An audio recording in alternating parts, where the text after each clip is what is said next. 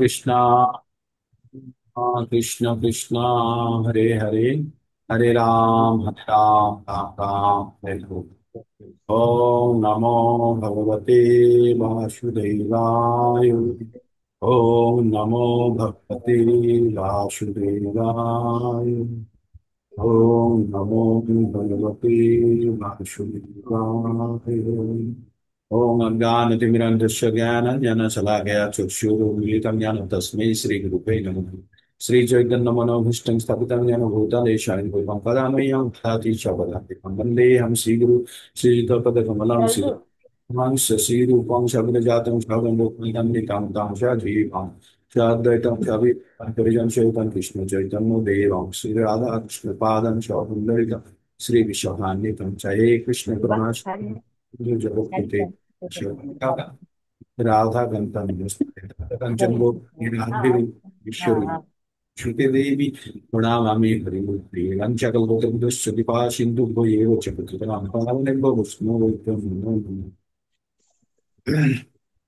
नमो विष्णुपादाय विष्णुपृष्ठाय भूतले भक्तिवेदान्त स्वामी नमस्ते सरस्वती देवगौरवाणी शिष्य शृण्ववादि पाश्चात्य देशोत्तारणे नमो महावदनाय कृष्ण प्रेम पदाय विष्णु चैतन्य महाप्रभु श्री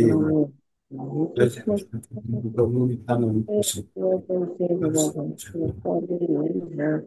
हरे कृष्णा कृष्ण कृष्ण हरे हरे राम हरे राम राम राम राम। हरे हरे। তো সব প্রভুজি মাতাজি সকলকে আমার দণ্ডবত প্রণাম। আমরা আবার একটা নতুন ক্লাসে আর আপনাদেরকে মিউট করে দিয়েছি। একদম প্রয়োজন না হলে আনমিউট করবেন না। আজকের চ্যাপ্টার খুবই গুরুত্বপূর্ণ এবং খুবই আহ সময় কনজিউমিং। মানে আপনি টোটাল ভগবদ গীতার সব থেকে যদি গুরুত্বপূর্ণ চ্যাপ্টার হয় এটা হচ্ছে সব থেকে বেশি গুরুত্বপূর্ণ চ্যাপ্টার। ঠিক আছে, তো আমরা আর জানবেন গুরুত্বপূর্ণ জিনিস সবসময় মাঝখানে লুকিয়ে রাখা থাকে, তাই না? আমরা পড়ছি কি গোপন জ্ঞান। তো প্রথমত আমরা ভগবদ গীতা থেকে চলে আসি। ভগবদ গীতা হচ্ছে পাঁচটি বিষয় সম্বন্ধে ভগবদ গীতা থেকে জানতে পারি: ঈশ্বর, জীব, প্রকৃতি, সময় এবং কর্ম। কর্মযোগ ভগবদ গীতাকে তিনটে সেকশনে ভাগ করা হয়েছে সাধারণত বোঝার সুবিধার জন্য: কর্মযোগ, ভক্তিযোগ আর জ্ঞানযোগ। কর্মযোগ শুরু হচ্ছে 1 থেকে 6 পর্যন্ত, আর তারপরে 7 থেকে 12 পর্যন্ত হচ্ছে ভক্তিযোগ। বর্তমানে আমরা ভক্তিযোগের তৃতীয় অধ্যায়ে প্রবেশ করেছি। আজকে আমরা পড়বো আর কি। আমরা প্রথম দুটো চ্যাপ্টার করে নিয়েছি, তো 8 নম্বর অধ্যায়ের শেষে ভগবান অর্জুনকে কি বোঝালেন, 8 নম্বর অধ্যায় থেকে আমরা কি বুঝলাম। 8 নম্বর অধ্যায়ে অর্জুন 8টি প্রশ্নের প্রশ্ন করেছিল: ব্রহ্ম কি, আধ্যাত্ম কি, আদি যজ্ঞ কি, আদি দৈব কি, আদি ভূত কি, আর জিজ্ঞেস করেছিল যে আদি যজ্ঞ কোথায় থাকে, আর মৃত্যুর সময় কিভাবে আহ যোগী কিভাবে ঈশ্বরকে স্মরণ করবো মৃত্যুর সময়। তো এই 7টি প্রশ্নের উত্তরে, এই 8টি প্রশ্নের উত্তর ভগবান দিয়েছেন। শেষের যে প্রশ্নটি ছিল সেই প্রশ্নটির উত্তর দিতে গিয়ে পুরো চ্যাপ্টারটা দাঁড়িয়েছে। তো আমরা যেখান থেকে নিষ্কর্ষ পেলাম, ভগবান প্রথমে 8, 5, 8, 6, 8, 7 তিনটে শ্লোকের উপরে খুব জোর দিয়েছেন। ভগবান বলেছেন মৃত্যুর সময় যে ভগবানকে স্মরণ করবে সে ভগবানকে পাবে, তাতে কোনো সন্দেহ নেই। অন্তকালে চ মামেব শরণ মুক্তা কলে বরং যো প্রয়াতি সামাভাবম ইয়াতি নাস্তত্র সংশয়। ঠিক এটা বলার পরেই ভগবান বললেন কেউ যদি ভগবানকে স্মরণ না করে অন্য কিছু স্মরণ করে তার কি হবে। তখন তিনি বললেন ইয়াম ইয়াম ব্যাপী শরণ ভাবম ত্যাজ তম কলে বরং তম তমে বৈতি করতে সদাতম ভাব। অন্য কিছু যদি কেউ ভাবনা করে ঈশ্বরের ভাবনা বাদ দিয়ে, তবে সেই জিনিসটা পাবে যেটা সে সবসময় চিন্তা ভাবনা করে, আর সেটি মৃত্যুর সময় তার স্মরণীয়। তাই অর্জুনকে বললো তাহলে তুমি কি করো, তসমাৎ সর্বেষু কালেষু মা মনুষ্যরম যুদ্ধ চ ময়্যকৃত মনোবুদ্ধির মা মেব ঐশ্বসী অসংশয়। তো ভগবান বললেন যে সুতরাং অর্জুন তুমি এক কাজ করো, তুমি আমাকে মন আর বুদ্ধি লাগিয়ে সর্বদা তুমি আমার চিন্তা করো, তাহলে তুমি যে আমার কাছে আসবে তাতে কোনো সন্দেহ নেই। এই বলে ভগবান 8, 5, 8, 6, 8, 7 এখানে বললেন। তারপরে তিনি 8, 15 আর 8, 16 কি বললেন: মামুপেত্তু পুনর্জন্ম দুঃখালয় শাশ্বতম নাপ্নুবন্তি মহাত্মান স্বয়ং সিদ্ধির পরণম মম। তো ভগবান বললেন যারা ভগবানকে পেয়ে গেছে তাদের আর জন্ম মৃত্যুর চক্র থাকতে হবে না, তারা পরম সিদ্ধি লাভ করে গেছে। ঠিক তারপরে 16তে কি বললেন? আবম্ভ ভুবনাল্লোকা পুনরাবর্তনা, অব্রহ্ম ভুবনাল্লোকা পুনরাবর্তিনা অর্জুন মাম উপেক্ষিত পন্থেও পুনর্জন্মনা বিদ্যতে। ওই আগের শ্লোকটাকে আরেকটু ঘুরিয়ে বললেন, ভূলোক থেকে ব্রহ্মলোক পর্যন্ত সমস্ত জগৎই আমাদের সেগুলোতে পুনরায় আবর্তিত হতে হয়, মানে বারবার আমাদেরকে চেঞ্জ করতে হয়। তাই ভগবান বললেন, কি বললেন, যে যারা ভগবানকে পেয়ে গেছে, মা মৃত্যু পুনর্জন্ম দুঃখালয় মাসনি, বলছো ভগবানকে যে পেয়ে গেছে তার পুনর্জন্ম হবে না। আর পুনর্জন্ম কোথায় হয়? ব্রহ্ম ভুবনের লোক, ব্রহ্মলোক পর্যন্ত, মানে সর্বোচ্চ লোক পর্যন্ত সেখানে পুনর্জন্ম হয়। পুনর্জন্ম মানে পুনরপি জননম পুনরপি মরণম জননী জঠরে পুনরপি শয়ন, মানে আবার সেই একই প্রসেসের মাধ্যমে যাওয়া, জন্মগ্রহণ করা। আর তারপরে জন্মগ্রহণের পরে কি কি হবে তার কোনো গ্যারান্টি নেই, ঠিক? তো ওটা আমরা অলরেডি পঠন পাঠন করছি। তো এবার এই এমতো অবস্থায় দাঁড়িয়ে এবার ভগবান অর্জুনকে কিছু জ্ঞান দিল, দিয়ে বলল যে ভগবানকে জেনে গেছে, যে ভগবানকে পেয়ে গেছে, তার বেদ, দান, যজ্ঞ, তপস্যা করে যে জিনিসগুলো প্রাপ্ত হয় সেটা ভগবানকে জানলে সেগুলি প্রাপ্ত হয়ে যাবে, ঠিক? তো এই বলে 8 নম্বর অধ্যায় শেষ করার পরে এবার আমরা 9 নম্বর অধ্যায়ে প্রবেশ করছি। 9 নম্বর অধ্যায়টি অত্যন্ত গুরুত্বপূর্ণ, ভগবদ গীতার ভক্তিযোগ, ভগবদ গীতার সব থেকে গুরুত্বপূর্ণ অংশ, এবং ভক্তিযোগের মধ্যে সব থেকে গুরুত্বপূর্ণ হচ্ছে 9 নম্বর অধ্যায়। এবং 9 নম্বর অধ্যায়ের মোটামুটি 20 থেকে 34 পর্যন্ত শ্লোকগুলি হচ্ছে অত্যন্ত গুরুত্বপূর্ণ, ঠিক?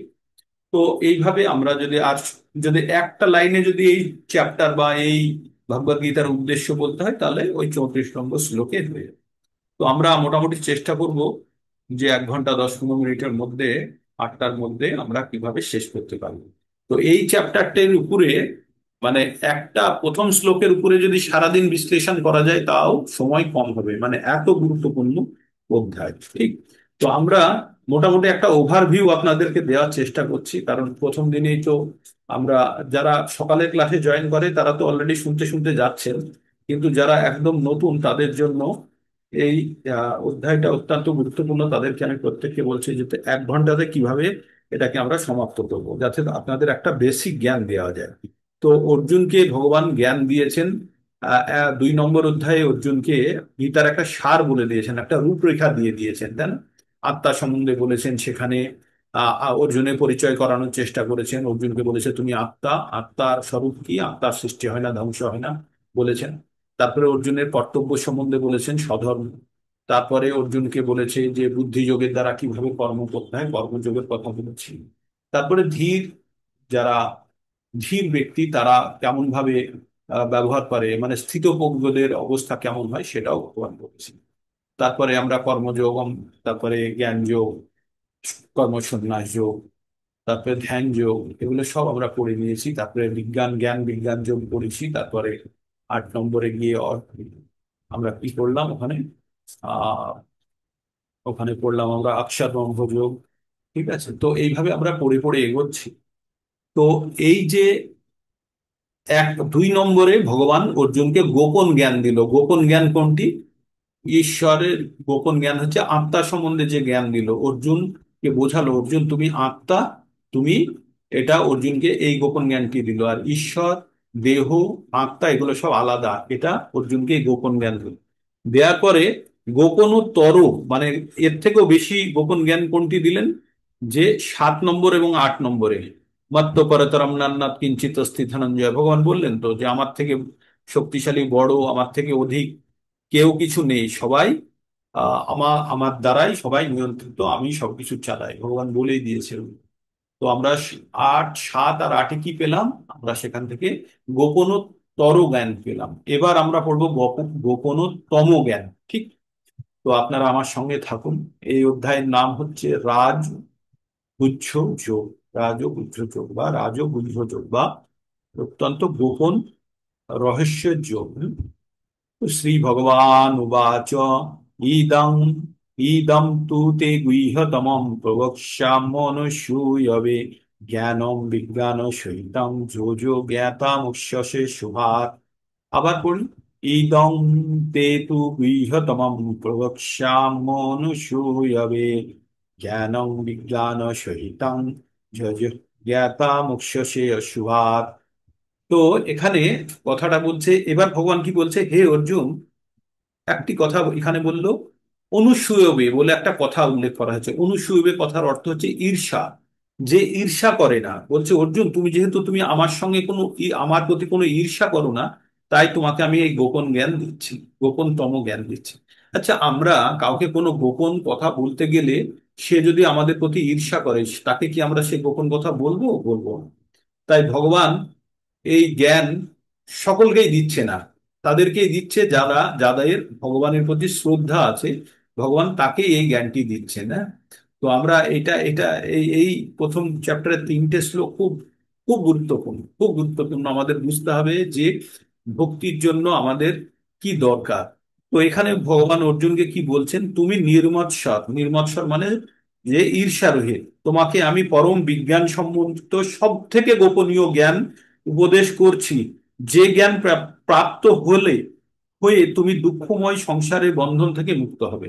আচ্ছা, এখানে আমাদের বুঝতে হবে যে অর্জুনকে এই জ্ঞান দিয়েছেন, যে অর্জুন যদি ওই জ্ঞানটি গ্রহণ করে তাহলে দুঃখময় সংসারের, সংসারে এই যে আমরা মানব সংসারে বা এই যে দুঃখালয় মশাশ্বতমে আমরা আছি, এখান থেকে আমরা অর্জুন মুক্ত হয়েছে।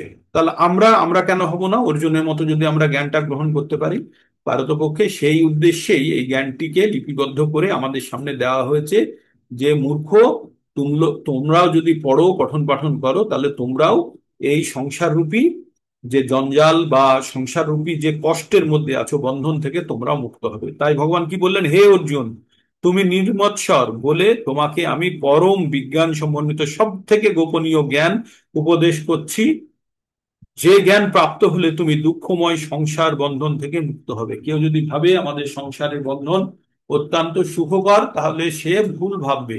আমাদের পৃথিবীর নাম হচ্ছে, আমরা কালকে পড়েছি, দুঃখালয়ম অশাশ্বতম, ঠিক? তো তারপরে এবার আমরা আমরা এবার প্রবেশ করছি কোথায়, এটার একটু ব্যাখ্যা পড়ে নেব। ভক্ত যতই ভগবানের কথা শ্রবণ করেন, ততই তার অন্তরে দিব্য জ্ঞানের প্রকাশ হয়। মানে ভগবানের কথা শুনলে আমাদের মধ্যে ভগবানের প্রতি আসক্তি বাড়বে এবং দিব্য জ্ঞানের প্রকাশ হবে। তাই কি বলছে, ভক্ত যতই ভগবানের কথা শ্রবণ করেন, ততই অন্তরে দিব্য জ্ঞানের প্রকাশ হয়।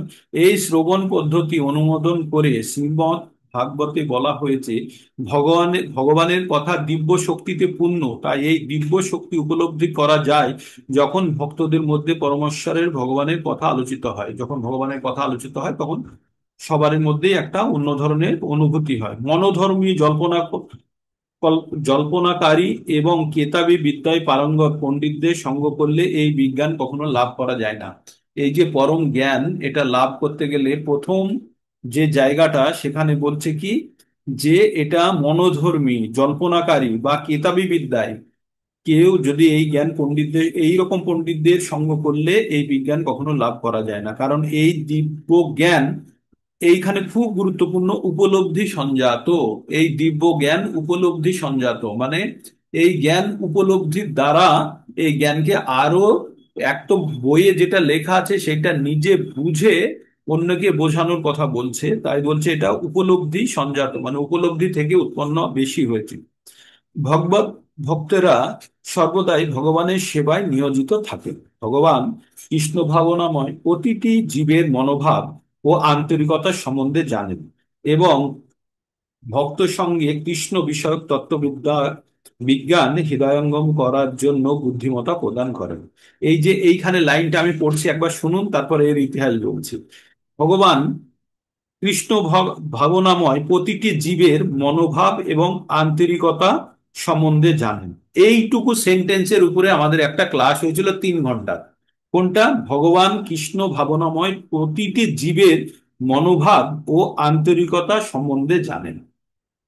এইটা সম্বন্ধে, এই এই লাইনটার উপরে একটা 3 ঘন্টার ক্লাস হয়েছে। তার মানে এখানে কি গূঢ় তত্ত্ব লুকিয়ে আছে, আমরা যদি ব্যাখ্যা করতে যাই তাহলে আমাদের এই সময় খুব স্বল্প। তাই এখানে একটা কথাই আমি বলবো, যে আমাদের মনোভাব ভগবান জানেন।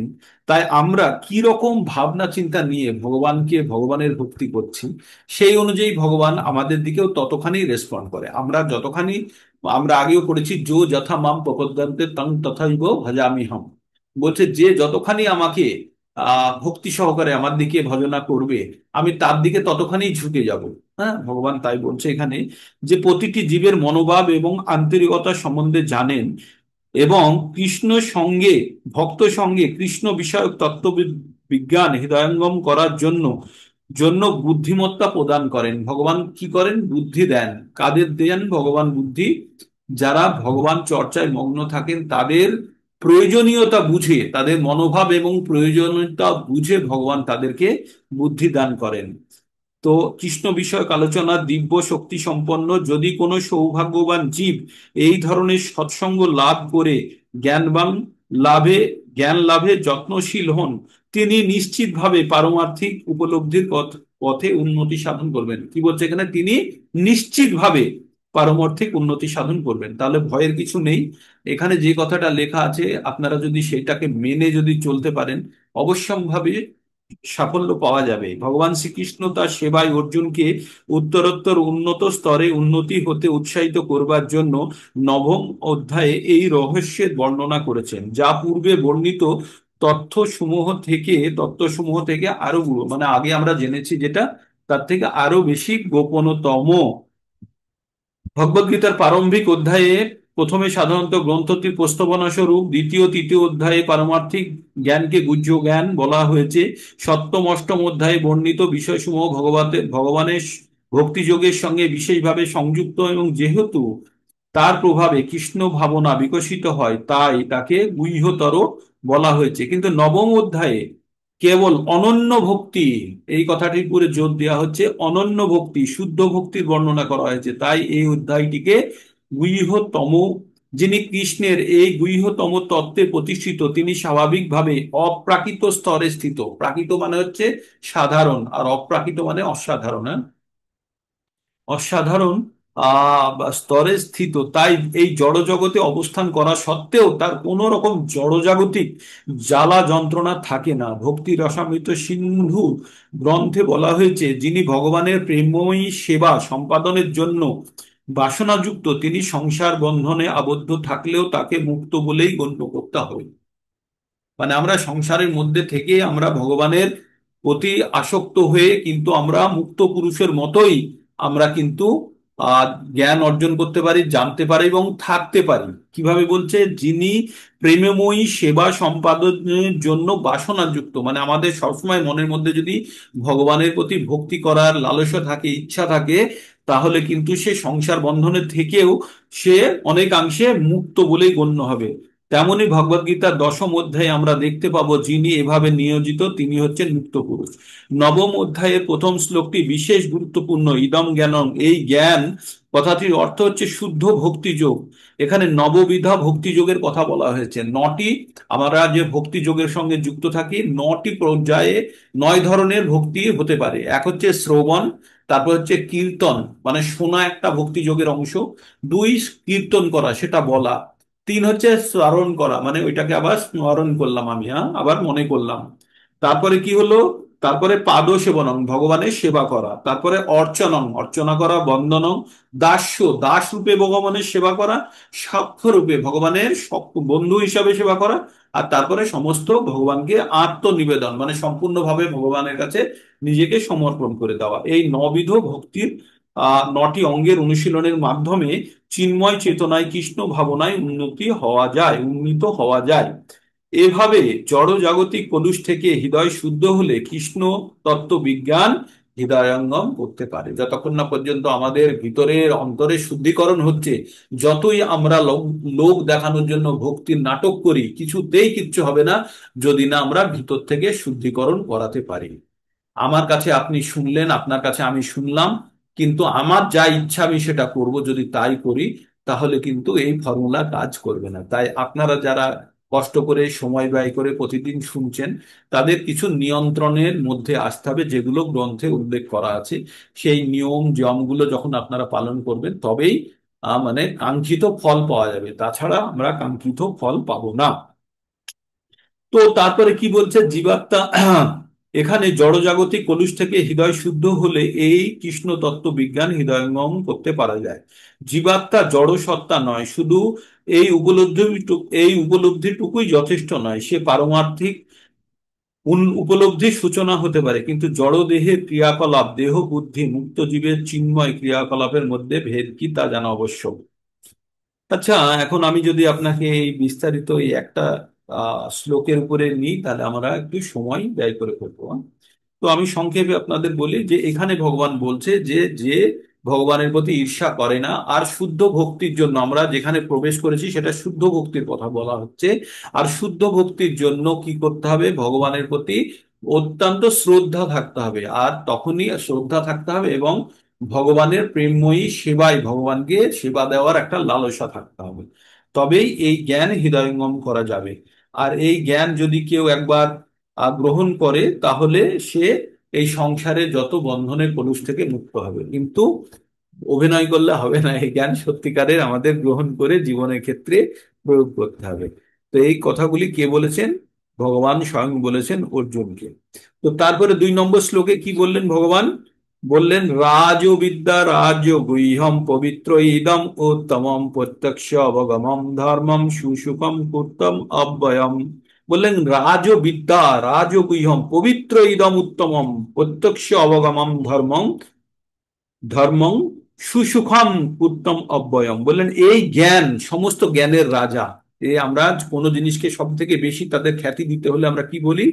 রাজা বলে তাকে আখ্যায়িত করি। তো তো বলছে এই জ্ঞান সমস্ত জ্ঞানের রাজা, সমস্ত গুহ্য তত্ত্ব থেকে গুহ্যতর, যত গোপন থেকে আছে তার থেকেও গোপনতম, অতি পবিত্র। এই জ্ঞান অতি এবং প্রত্যক্ষ অনুভূতির দ্বারা আত্ম উপলব্ধি প্রদান করে। মানে এই জ্ঞান গ্রহণ করার পরে নিজে কিন্তু এটা উপলব্ধি করা যায়, আর তার ফলে এটাকে প্রকৃত ধর্ম, এটা বলে এটাই প্রকৃত ধর্ম। এই জ্ঞান অব্যয় এবং সুখ সাধ্য। এই জ্ঞান কখনো ক্ষয় হয় না বা নষ্ট হয় না, আর এটি সুখ প্রদান করে। ঠিক। তো ভগবান বলছে কারণ গুহ্য ও দিব্য জ্ঞানের প্রভাবে আত্মা ও দেহর মধ্যে উপলব্ধি করা যায়। এই রাজবিদ্যার চরম পরিণতি হচ্ছে কি? ভগবত ভক্তি। এই জ্ঞান অর্জনের ফলে ভগবত ভক্তি আরো প্রখর হবে। চিন্ময় আত্মা তত্ত্ববিজ্ঞান সম্বন্ধে শিক্ষা, অথচ দেহে আত্মার এই গুরুত্বপূর্ণ সর্বাপেক্ষা বেশি, কারণ আত্মবিহীন আত্মাবিহীন মৃতদেহে কোনো, আমাদের শরীরে আত্মা সব থেকে গুরুত্বপূর্ণ জিনিস। আত্মা ছাড়া এই শরীরে কোনো দাম নেই, কিন্তু পৃথিবীতে কোনো জায়গায় এই আত্মা সম্পর্কে পঠন পাঠনের ব্যবস্থা করা সেইভাবে নেই। তো ভগবান বলছেন যারা এই ভগবানের প্রেমময়ী সেবায় যারা যুক্ত হয়ে আছে, ভক্তি সহকারে যারা পরমেশ্বর ভগবানের সেবা করেছেন, তাদের প্রারব্ধ সঞ্চিত বীজরূপী সমস্ত পাপই ধীরে ধীরে নষ্ট হয়ে যায়। আমাদের 3 ধরনের পাপ হয়। আমাদের জন্য অ্যালোকেটেড আছে। আমরা জীবনে যে কোনো কাজ করি, সেই কাজের 3টে ভাগে ভাগ করা হয়েছে পাপকে। কি? এক হচ্ছে সঞ্চিত, সঞ্চিত পাপ, মানে যে পাপের ভান্ডার আমাদের বানানো আছে। মানে ভগবানের কাছে 2খানা ড্রাম রাখা আছে, আমাদের প্রত্যেকের নাম লেখা। একটা ড্রামে পাপ জমা হয় আর একটাতে পুণ্য জমা হয়। ঠিক। তো ওই যে ওর মধ্যে, ওই ড্রামের মধ্যে যতখানি পাপ জমে আছে বা পুণ্য জমে আছে, সেটাকে বলছে সঞ্চিত। কি বলছে? সঞ্চিত। আর ওই সঞ্চিত জায়গা থেকে প্রত্যেকটা জীবনের জন্য এক খাবলা করে তুলে দিয়ে দেয়। এতখানি পুণ্য দিলাম, এতখানি পাপ দিলাম, যা এবার গিয়ে পাপের জন্য কষ্ট ভোগ করবি আর পুণ্যের জন্য সুখ ভোগ করবি। তারপরে কর্ম করার জন্য যা আবার তুই সঞ্চয় করবি সেটা আবার এখানে জমা করবি, তারপরে আবার অ্যালটমেন্ট হবে। ঠিক। তো এইভাবে প্রক্রিয়াটা চলে। তো আমাদের যে ওইখানে যে সঞ্চিত যে ড্রাম আছে, আমরা তো জানি না তার মধ্যে কি আছে, ড্রামের মধ্যে কতখানি পাপ আছে আর কতখানি কি আছে। তো বলছে যে যারা ভক্তি সহকারে ভগবানের সেবায় যুক্ত হয়ে পারদ্ধ সঞ্চিত বীজরূপী, বীজরূপী মানে হচ্ছে কি, যে আমি পাপ করেছি কিন্তু সেই পাপের, এই জীবনেই পাপ করেছি কিন্তু তার এখনো ফল ভোগ করিনি, সেটা বীজ রূপে রয়েছে, সেটা বড় হয়ে গাছ রূপ নেবে, তখনই তো আমাকে ফল দেবে। আর সেই ফল কি ফল? যদি খারাপ কাজ করে থাকি তাহলে বিষাক্ত ফল, আর যদি ভালো কাজ করে থাকি পুণ্য। দুটোর জন্যই আমাকে জন্মগ্রহণ করতে হবে। কিন্তু ভক্তি যোগের উদ্দেশ্য এই জন্ম মৃত্যুর চক্র থেকে বেরোনো। যত কিছু আমরা পঠন করছি, আপনারা শুধু একটা জিনিস জানবেন, ভগবত গীতার প্রধান উদ্দেশ্য হচ্ছে এই জন্ম মৃত্যুর চক্র থেকে বেরিয়ে এই মানব বা এই জন্ম মৃত্যুর চক্র থেকে মুক্তি পাওয়া, এটাই হচ্ছে ভগবদ গীতার একমাত্র উদ্দেশ্য। আর এই উদ্দেশ্য আপনারা কালক্রমে যত শুনতে থাকবেন কিভাবে এই উদ্দেশ্য সাধিত হবে সেটাই আমরা বারবার পঠন করছি। তাই ভগবান কি বললেন, প্রারব্ধ সঞ্চিত বীজরূপী সমস্ত পাপ কর্মই ধীরে ধীরে নষ্ট হয়ে যায়, সুতরাং ভগবত ভক্তি পাপ নাশকারী শক্তি অত্যন্ত প্রবল। এই পবিত্রম উত্তমম এবং পরম পবিত্র বলা হয়েছে। উত্তমম শব্দটির কথা হচ্ছে অপ্রাকৃত, তমস শব্দটি এই জড়জগৎ অন্ধকার, এবং উত্তম শব্দের অর্থ হচ্ছে এই জড় কার্যকলাপের অতীত। ভক্তিমূলক কার্যকলাপকে যখন জড়জাগতিক বলে মনে করা উচিত নয়, যদিও আপাত দৃষ্টিতে কখনো কখনো মনে হতে পারে কৃষ্ণ ভাবনাময় ভক্ত সাধারণত মানুষের মতোই কর্তব্যে লিপ্ত। ভক্তিযোগ সম্বন্ধে অবগত তত্ত্বদ্রষ্টা পুরুষ জানেন যে ভক্তি কার্যকলাপ কখনোই জড়জাগতিক কার্যকলাপ নয়, এটা আমাদের সাধারণ কার্যকলাপ নয়। কেবলমাত্র কীর্তন শ্রবণ করাই নয়, যদি তার সঙ্গে কেউ কৃষ্ণ ভাবনাময় ভক্তিযোগের কথা প্রচার করেন অথবা কৃষ্ণ ভাবনামৃত প্রচারের কাজকর্মে সহযোগিতা করে, তবে সে উত্তরোত্তর পারমার্থিক প্রগতি অনুভব করতে পারে। পারমার্থিক জীবনের এই উন্নতি কোনো পূর্ব অর্জিত শিক্ষা বা যোগ্যতার উপরে নির্ভর করে না। ভয়ের কোনো কারণ নেই যে আমার কাছে এই যোগ্যতা নেই সেই যোগ্যতা নেই, ভগবানের ভক্তি করতে গেলে ভগবানের ভক্তির সঙ্গে এই কথাটা আরেকবার শুনুন, কেবলমাত্র কীর্তন বা শ্রবণই নয়, সেই সঙ্গে যদি কেউ কৃষ্ণ ভাবনাময় ভক্তিযোগের কথা প্রচার করে অথবা কৃষ্ণ ভাবনামৃত প্রচারের কার্যকর্মে সহযোগিতা করে, তবে সে উত্তরোত্তর মানে ক্রমান্বয়ে পারমার্থিক প্রগতি অনুভব করতে পারে। পারমার্থিক জীবনের এই উন্নতি কোনো পূর্ব অর্জিত মানে আগে কোনো শিক্ষা বা যোগ্যতার উপর নির্ভর করে না। এই পন্থাটি এত পবিত্র যে অবলম্বন করা মাত্রই মানুষ পবিত্র হয়ে ওঠে। তার মানে বুঝতে পারছেন এটার গুরুত্ব কতখানি, যে এটি আর ভক্তিযোগ এতই শক্তিশালী যে অনুশীলন করার ফলে নিঃসন্দেহে দিব্য জ্ঞান লাভ করা যায়। আপনাদেরকে আমি একটা কথা বলি, এই এই চ্যাপ্টারটা পড়ে যেটা জানবেন আপনারা, যে ভক্তিযোগে যারা সত্যিকারে প্রবেশ করেছেন, মানে সত্যিকারে বলছি, মানে আমি তো পারিনি, আমি চেষ্টা করছি, কিন্তু যারা সত্যিকারে প্রবেশ করতে পেরেছেন বা প্রবেশ করেছেন তাদের কিন্তু পূর্ব জন্মকৃত সমস্ত পাপ নষ্ট হয়ে গেছে। আমরা 7 নম্বর অধ্যায়ের 28 নম্বর শ্লোকে পড়েছিলাম, কি পড়েছিলাম, তেষাং অন্তগতং পাপং জননাং পুণ্য কর্মনাম তে দ্বন্দ্ব মুহুর নির্মুক্তা ভজন্তে মাম দৃঢ়ব্রতা। যার পাপ, যে সমস্ত পুণ্যবান ব্যক্তির পাপ সম্পূর্ণ রূপে দূরীভূত হয়েছে, শেষ হয়ে গেছে, তারা দৃঢ়ভাবে ভগবানের ভজনা করতে পারে। তাই এখানে ওই কথায় আবার বলছে, কি বলছে, ভক্তিযোগ এতই শক্তিশালী যে তার অনুশীলন করার সঙ্গে সঙ্গে কি হয়, নিঃসন্দেহে দিব্য জ্ঞান লাভ করা যায়। আর যারা এই এই যাদের পাপ একদম সম্পূর্ণভাবে শেষ হয়ে গেছে তারাই শুধু ভক্তিযোগে প্রবেশ করতে পারে, না হলে পারে না। তার মানে আপনারা যারা যদি প্রকৃতপক্ষে ভক্তিযোগে প্রবেশ করেছেন, আপনাদের সমস্ত কিছু পাপ আপনাদের সব নষ্ট হয়ে গেছে, ঠিক। তো এই চ্যাপ্টারটি অত্যন্ত, ভগবান কোনো কিছু বিশেষ কিছু চায় না, ভগবান আমাদের থেকে কি চায়, ভক্তি চায়। তাই ভগবান বলছে পত্র পুষ্প ফল জল আদি নৈবেদ্য পৃথিবীর সর্বত্রই পাওয়া যায়, জাতি ধর্ম নির্বিশেষে যে কেউ ভগবানকে প্রেম ভক্তি সহকারে অর্পণ করে তিনি ভগবান তা গ্রহণ করেন। ইতিহাসের এর অনেক উদাহরণ আছে। শুধুমাত্র ভগবানের চরণে অর্পিত তুলসী গ্রহণ করার মাধ্যমে সনত কুমার আদি মহর্ষিরা মহাভগবতে পরিণত হয়েছিলেন। এভাবে আমরা দেখতে পাই যে ভক্তির পন্থা অত্যন্ত সুন্দর এবং পরম সুখে তা সাধন করা যায়। ভগবানকে নিবেদিত বস্তুর সঙ্গে মিশ্রিত প্রেমটি তিনি কেবল গ্রহণ করেন। আমরা যে খাবার আমরা ভগবানের সামনে ভোগ লাগাই, আমরা ভাবি কি যে ভগবান তো কিছুই ভোগ নিল না, তাহলে কি তাহলে তো যা যতখানি দিয়েছি ততখানি থাকলো, তাহলে ওজন কমলো না, তাহলে কি ভগবানের গ্রহণ করেনি? এখানে কি বলছে, ভগবান এই খাদ্যের মাধ্যমে আমাদের ভক্তিটা গ্রহণ করে, আমাদের ভক্তি প্রেমময়ী সেবাটা ভগবান গ্রহণ। কেমন ভাবে গ্রহণ করে, যে আমাদের এই খাদ্যটা তো ভগবান গ্রহণ করলো না, তাহলে কি গ্রহণ করলো, আমাদের ভক্তিটা গ্রহণ করলো। যেমন টেলারে যখন কাপড় সেলাই করে তখন দুটো কাপড়ের মাঝখানে একটা কাপড়ের উপরে আরেকটা কাপড় দেয়, দিয়ে কি করে সূঁচটা চালনা করে, আর সূঁচটা সুতো যায় আর আসে। তো যখন কমপ্লিট হয়ে যায় সেলাই করা, তখন সূঁচটা কি কাপড়ের মধ্যে থাকে, থাকে না, কাপড় থেকে বেরিয়ে যায়, কিন্তু দুটো কাপড় জুড়ে শক্ত হয়ে যায়। তো ভগবান এই যে ভোগ অর্পণ করি, ভোগের মাধ্যমে আমাদেরকে ভগবানের প্রেমময়ী সেবার সঙ্গে যুক্ত করার প্রচেষ্টা। ভোগের সঙ্গে কোনো সম্পর্ক নেই, ভোগটা ভগবান দেখে যে কতখানি সে প্রেম ভরে ভগবানকে সে ভোগ অর্পণ করছে, আর ভগবান সেটাই আমাদেরকে গ্রহণের জন্য আবার ফেরত দিয়ে দেয়। শুধু কি দেখে, যে ভগবান দেখে যে আমাদের কতখানি ভক্তি আছে। ভগবানকে কি বলা হয়? ভগবানকে বলা হয় যে ভাবাগ্রাহী জনার্দন। ভাব আগ্রাহী, আমাদের মনে কি ভাব আছে। আমি যতই তিলক আহ্নিক করি আর গলায় কণ্ঠি লাগিয়ে আমি যদি ভিতর থেকে যদি পরিশুদ্ধ হয়ে ভগবানের সেবা না করতে পারি, তাহলে কিন্তু আমার সমস্ত চেষ্টাই ব্যর্থ, আবার পরবর্তী চান্স আসবে, সমস্ত চেষ্টাই ব্যর্থ। তাই আমাদের ভিতরে শুদ্ধিকরণের খুব প্রয়োজন। আমাদের একটা জিনিস খুব অনেস্ট হতে হবে, যে এই ভক্তির ব্যাপারে অত্যন্ত আমাদেরকে অনেস্ট হতে হবে, কোনো রকমের ছল চাতুরি চলবে না। ভক্তিটা এমন একটা জিনিস, এটা হচ্ছে উপলব্ধির ব্যাপার, তো তাই এখানে ছল চাতুরি কোনো জায়গা নেই। ঠিক? তো এইগুলোতে প্রত্যেকটা মুহূর্তে ভগবানের কাছে সমর্পণ করতে হবে। আমি যদি কিছু করতে পারছি না, যেটা করা দরকার ভগবানের কাছে, যে নিয়ম পালন করার দরকার যদি করতে না, প্রত্যেকটা মুহূর্তে আমাকে তার জন্য অনুতপ্ত হতে হবে, তার জন্য ভগবানের কাছে প্রার্থনা করতে হবে। ভগবান অবশ্যই তাকে সঠিক রাস্তা দেবেন। কিন্তু যদি আমি ছল চাতুরি করি, যে আমি বড় বৈষ্ণব হয়ে গেছি, আমি এই করছি সেই করছি, ভগবান এইসব জিনিসের কেয়ার করে না এইসবই। ভগবান ভক্তি দেখে ভিতর থেকে। ঠিক? আর ভক্তি কখনো বাহ্যিক নয়, ভক্তি ভক্তি হচ্ছে আন্তরিক, একদম হৃদয় থেকে আসে।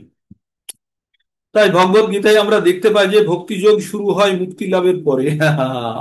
ভক্তিযোগ শুরু হয় মুক্তি লাভের পরে। মুক্তি মানে এই জড়জাগতিক চিন্তা ভাবনা থেকে, যতখানি কলুষ থেকে আমরা যতক্ষণ না পর্যন্ত মুক্ত হব, ততক্ষণ পর্যন্ত আমাদের কিন্তু ভক্তি সেই অর্থে শুরু হবে না। ভগবান কি বলছেন? যখন কেউ মুক্তি মানে যখন ব্রহ্মভূতে পৌঁছয়, মানে গুণাতীতে যখন কেউ পৌঁছে যায়, তখন কিন্তু জড় দুঃখ, তখন হৃদয় সম্পূর্ণভাবে ভ্রান্তি ও অনর্থ থেকে মুক্ত হয়। ভগবানকে জানা যায় এইভাবে। ভগবত ভক্তি বা কৃষ্ণ ভাবনামৃতের পন্থা সমস্ত বিদ্যার রাজা এবং সমস্ত গুহ্যতর তত্ত্বের রাজা। এটি পরম বিশুদ্ধ ধর্ম এবং আনন্দের সঙ্গে অনায়াসে সম্পাদন করা যায়, তাই এই পন্থা সকলের গ্রহণ করা উচিত। ঠিক? তো 2 নম্বর শ্লোক পর্যন্ত, এবার 3 নম্বর শ্লোকটি পড়ছি। কি বলছে? ভগবান বলছেন কারা কারা ভক্তি যদি কেউ না করতে পারে, বা ভক্তি কিভাবে ভক্তি হয় না। শ্রদ্ধা মানে হচ্ছে বিশ্বাস। তাই এখানে শুনুন 3 নম্বরে কি বলছে। ভগবত ভক্তিতে যাদের শ্রদ্ধা উদিত হয়নি, যাদের শ্রদ্ধা নেই, তাদের কি হয়? তারা ভগবানকে লাভ করতে পারে না। তারা এই জড়জগতের জন্ম মৃত্যুর চক্করে পড়ে থাকে, বা জন্ম মৃত্যুর পথে ফিরে আসে। কি বলছে ভগবান? অশ্রদ্ধান পুরুষা ধর্মশাস্য পরন্তপ অপপ্রমাম নিবর্তন্তে মৃত্যু সংসার বর্তনী। মৃত্যু সংসারে আবর্তিত হতে থাকে, মানে এই পৃথিবীর নাম হচ্ছে মৃত্যু সংসার, আর এখানেই আবর্তিত হতে হবে। কালকে দেখিয়েছিলাম না আপনাদের গোলাগুলো, চক্রগুলো কিভাবে আবর্তিত হতে পারে। যাদের মধ্যে শ্রদ্ধা নেই, তাদের কখনো ভগবানের ভক্তি হতে পারে না। আর শ্রদ্ধা যদি না থাকে, ভগবান ভক্তি যদি না হয়, তাহলে বারবার জন্মগ্রহণ আর মৃত্যুবরণ করতে হবে। তাই বলছে অশ্রদ্ধ ধ্যানা পুরুষার ধর্মশাস্ত্র পরন্তপ অপাপ্রমাং নিবর্তন্তে মৃত্যু সংসার বর্তন। হে পরন্তপ, ভগবত ভক্তিতে যাদের শ্রদ্ধা উদয় হয়নি, তারা আমাকে লাভ করতে পারে না। তারা জড় জগতের এই জগতেই জন্ম মৃত্যুর পথে বারবার ফিরে আসে। তাই কি বলছে এখানে? শুধুমাত্র পরমেশ্বর ভগবানের শ্রীকৃষ্ণের সেবার দ্বারাই সব ধরনের সার্থকতা অর্জন করা যায়, এটাই দৃঢ় বিশ্বাস, এটাই শ্রদ্ধা। অন্য সমস্ত কর্মকর্তব্য পরিত্যাগ করে করে কেবল পরমেশ্বর ভগবান শ্রীকৃষ্ণের সেবায় অবলম্বন করা উচিত। জীবনের এই দর্শনের প্রতি বিশ্বাসের যথেষ্ট শ্রদ্ধা। তো তাহলে যাদের শ্রদ্ধা নেই, তাদের দ্বারা ভগবান ভক্তি হবে না। ঠিক আছে? এইটা জানতে হবে। শ্রদ্ধা মানে হচ্ছে বিশ্বাস। ময়া তদমিদং সর্বং জগদ্ব্যক্ত মূর্তিনা মতস্থানি সর্বভূতানি নাচ্যহং তেষু বস্তুতাঃ। ভগবান বললেন অব্যক্ত রূপে, মানে আমি না প্রকাশিত হয়ে সমস্ত জীবের মধ্যে ব্যাপ্ত হয়ে আছি। সমস্ত জীব আমাতেই অবস্থিত, কিন্তু আমি তাদের মধ্যে নেই। ভগবান কি বলছে? যে আমার যে বৃহৎ রূপের মধ্যে, আমার যে আমি সমস্ত জগৎ সংসারে ব্যাপ্ত হয়ে আছি, আর আমার মধ্যেই সবকিছু আছে। কিন্তু এ কথা ভেবো না যে সবারই মধ্যে আমি ওই বিশাল রূপ নিয়ে বসে আছি। পরমাত্মা রূপে অবশ্যই ভগবান আছেন, কিন্তু বিশাল রূপ নিয়ে আমাদের মধ্যে নেই। তাই ভগবান কি বলছেন এখানে? অব্যক্ত রূপে আমি সমস্ত জগতের মধ্যে ব্যাপ্ত আছি, সমস্ত জীব আমাতেই অবস্থিত, কিন্তু আমি তাদের মধ্যে অবস্থিত নই। মানে একটা বিল্ডিং এর মধ্যে একটা রান্নাঘর আছে, কিন্তু এই রান্নাঘরের মধ্যে সমস্ত বিল্ডিংটা নয়। এইভাবে আমাদেরকে ভাবতে হবে। তো ব্রহ্ম সিংহিতায় বলা হয়েছে পরমেশ্বর ভগবান গোবিন্দের প্রতি অপ্রাকৃত প্রেম ভক্তি বিকাশের ফলে অন্তরে এবং বাইরে সর্বদা দর্শন করা যায়। ভগবানের প্রতি কেউ যখন একদম সম্পূর্ণভাবে প্রেম ভক্তিতে যখন যুক্ত হয়ে যাবে, তখন সে হৃদয়ের মধ্যেও ভগবানকে দেখতে পাবে এবং বাইরেও ভগবানকে দর্শন করার জন্য সে যোগ্যতা অর্জন করবে। আর তিনি সকলের কাছে প্রকট হন না। তিনি কার কাছে প্রকট হন? শুধু ভক্তর কাছে প্রকট হন। তিনি সর্বব্যাপ্ত, সর্বদা স্থিত। তিনি জড় জগতের ইন্দ্রিয়ের দ্বারা অনুভব করা যায় না, জড় জগতের চোখ দ্বারা ভগবানকে দর্শন করা যাবে না। এখানে তিনি অব্যক্ত মূর্তি না কথাটার মাধ্যমে তিনি কি বলতে চেয়েছেন? প্রকৃতপক্ষে আমরা তাকে দেখতে না পেলেও সবকিছু তাকে আশ্রয় করে থাকি। ঠিক আছে। 5 নম্বর বলছে, না চ মত স্থানে ভূতানি পশ্যমে যোগ ঈশ্বরাম ভূত ভিন্ন চ ভূতস্থ মমাত্মা ভূত ভাবনা। ভগবান বললেন, যদিও সবকিছু আমাতে সৃষ্ট, তবু আমাতে অবস্থিত নয়। তবু তারা আমাতে অবস্থিত নয়। আমার যোগ ঐশ্বর্য দর্শন করো। আমি সমস্ত জীবকে ধারো, এবং যদিও আমি সর্বব্যাপ্ত, তবু আমি এই জড়তের সৃষ্টির অন্তর্গত নই, কারণ আমি নিজেই সমস্ত সৃষ্টির উৎস। ভগবান বলছে যে আমি সবকিছু, একজন কোম্পানির মালিক, সে তার কর্মচারীদেরকে নিয়ে সমস্ত কাজ কিছু করে, যত কিছু সবকিছু দিচ্ছে, কিন্তু সে নিজে কর্মচারী নয়, এটাই শুধু ভেবে নেবেন। তাই বলছে, ভগবান বলছে, আমার দ্বারাই সবকিছু সৃষ্ট, এই জগৎ সংসার সবকিছুই চলছে, কিন্তু আমি এই চলন পদ্ধতির মধ্যে নেই। আমার দ্বারাই সবকিছু সৃষ্ট এবং আমার দ্বারাই চলে। তারপরে ভগবান কিভাবে সারা পৃথিবীতে ব্যাপ্ত হয়ে আছেন সেটা বলছে, যথা আকাশ স্থিত নিত্যম বায়ু সর্বত্র গো মহান তথা সর্বাণি ভূতানি মতাস্থানি তু পাধারায়। ভগবান বলছেন, তুমি অবগত হও যে মহান বায়ু, বায়ুকে বলছে মহান বায়ু, সর্বত্র বিচরণশীল, বাতাস সবসময় চলছে, সত্ত্বেও সর্বদা আকাশে অবস্থান করে। এই যে হাওয়া চলছে, তার মানে কি হাওয়া শেষ হয়ে গেল, চলে শেষ হয়ে গেল? না, তবুও অন্য আরেক জায়গা থেকে এসে যাচ্ছে। তাই বলছে সর্বদা আকাশে অবস্থান করে। তেমনি সমস্ত জীব আমাতে অবস্থা করে। কেন বললে সমস্ত জীব? এই যে জীব মরে যাচ্ছে আবার জন্মগ্রহণ করছে, এই যে জীব মরতে মরতে কি জীব সব শেষ হয়ে যাচ্ছে? না, আবার নতুন জীব উৎপন্ন হচ্ছে। যেমন হাওয়া এক জায়গা থেকে আরেক জায়গায় চলে যায়, তেমনি একটা জীব ভগবানের মধ্যেই আছে, কিন্তু সেই জীব যখন মৃত্যুবরণ করছে, আবার তার পরিবর্তিতে পিছন থেকে আবার একটা নতুন জীবের উদ্গম হয়ে যাচ্ছে, মানে আবার একটা নতুন আহ প্রাণী জন্মগ্রহণ করে চলে আসছে। যেমন আমরা কালকের ওই এতে দেখেছিলাম, ঢেউ খেলানো জন্ম মৃত্যুর চক্রে দেখিয়েছিলাম, তাই না? যে আমরা সামনে এগিয়ে যাচ্ছি, কিন্তু পিছন থেকেও আরেকজন আবার রেডি হয়ে আমাদের পিছন পিছন চলে আসছে। তারপরে ভগবান 7 নম্বর কি বলছে, সর্বভূতানি কন্তে ও প্রকৃতিম ইয়ান্তি মামিকম কল্পক্ষয়ে পুনস্তানি কল্পোদা বিসর্জ্যাম। ভগবান বলছেন, এইখানে যে কতগুলো বলছেন, ভগবান বলছেন যে এই কল্পক্ষয়, কল্প মানে হচ্ছে যে 432 কোটি বৎসরে ব্রহ্মার একদিন হয়, কালকে বলেছি। তো এই ব্রহ্মার প্রতিদিন সকালে এই জগৎ সংসার সৃষ্ট হয় 432 কোটি বছরের শুরুতে। আর 432 কোটি বছর যেদিন শেষ হয়ে যায়, যখন শেষ হয়ে যায়, তখন মহাপ্রলয়ে সবকিছু ধ্বংস হয়ে যায়। তখন এই জীবাত্মাগুলো কি করে? তখন সুপ্ত অবস্থায় চলে যায়। কতদিন? আবার 432 কোটি বছর। এবং 432 কোটি বছরের শেষে আবার যখন সকাল হয়, তখন আবার সমস্ত জীবজগৎ জেগে ওঠে। এই জগৎ আমার প্রকৃতির অধীন। ভগবান কি বললেন? এই জগৎ আমারই প্রকৃতির অধীন। তা তা প্রকৃতির বশে আপনা থেকে আমার ইচ্ছাতে পুনঃ পুনঃ সৃষ্টি হয় এবং আমার ইচ্ছাতে অন্তকালে বিনষ্ট হয়। ভগবান বলছে, এই যে সৃষ্টি আর ধ্বংস 432 কোটি বছরে, এগুলো আমার নির্দেশেই হয়, এবং এই যে প্রকৃতি ভগবানের নির্দেশে চলে, প্রকৃতির কারণেই এগুলো হতে থাকে। না চ মাং তানি কর্মাণি নিবদ্ধন্তি ধনঞ্জয় উদাসীন বদাসীন আসক্তম তেষু কর্মসু। ভগবান বললেন, হে ধনঞ্জয়, সেই সমস্ত কর্ম আমাকে আবদ্ধ করতে পারে না। আমি সেই সমস্ত কর্মে অনাসক্ত, মানে কোনো আসক্তি নেই, এবং উদাসীনের ন্যায় আমি অবস্থিত থাকি। তারপরে ভগবান এইখানে একটা খুব গুরুত্বপূর্ণ শ্লোক বলছে, যারা লিখতে চান তারা আন্ডারলাইন করে নেবেন। বলছেন, মাই অধ্যক্ষণ প্রকৃতি সুয়তে চরাচর হেতু নানেন কন্তেয় জগদ্ধি পরিবর্ততে। ভগবান বললেন, মাই অধ্যক্ষণপতি, মানে আমার অধ্যক্ষণায়, আমার অধ্যক্ষতায় এই পৃথিবী প্রকৃতি সুয়তে চরাচরম, এই মানে যে প্রকৃতি, আমাদের যে জড় প্রকৃতি আছে, যে দুর্গা দেবী চালাচ্ছেন, সেটা ভগবানের অধ্যক্ষতায় চলে, ভগবানের অধ্যক্ষতায় চলে। তাই বলছে হেতু না নেন পন্থীয় জগদ্ধি পরিবর্তিত, তাই প্রকৃতির নিয়মে এই জগৎ পুনঃ পুনঃ সৃষ্টি হয় এবং ধ্বংস হয়। তাহলে প্রকৃতির নিয়মে এই পৃথিবী চলছে। আর পৃথিবী চলছে কি দ্বারা? প্রকৃতির তিনটে গুণ দ্বারা আমাদেরকে সব কাজ করাচ্ছে, ঠিক।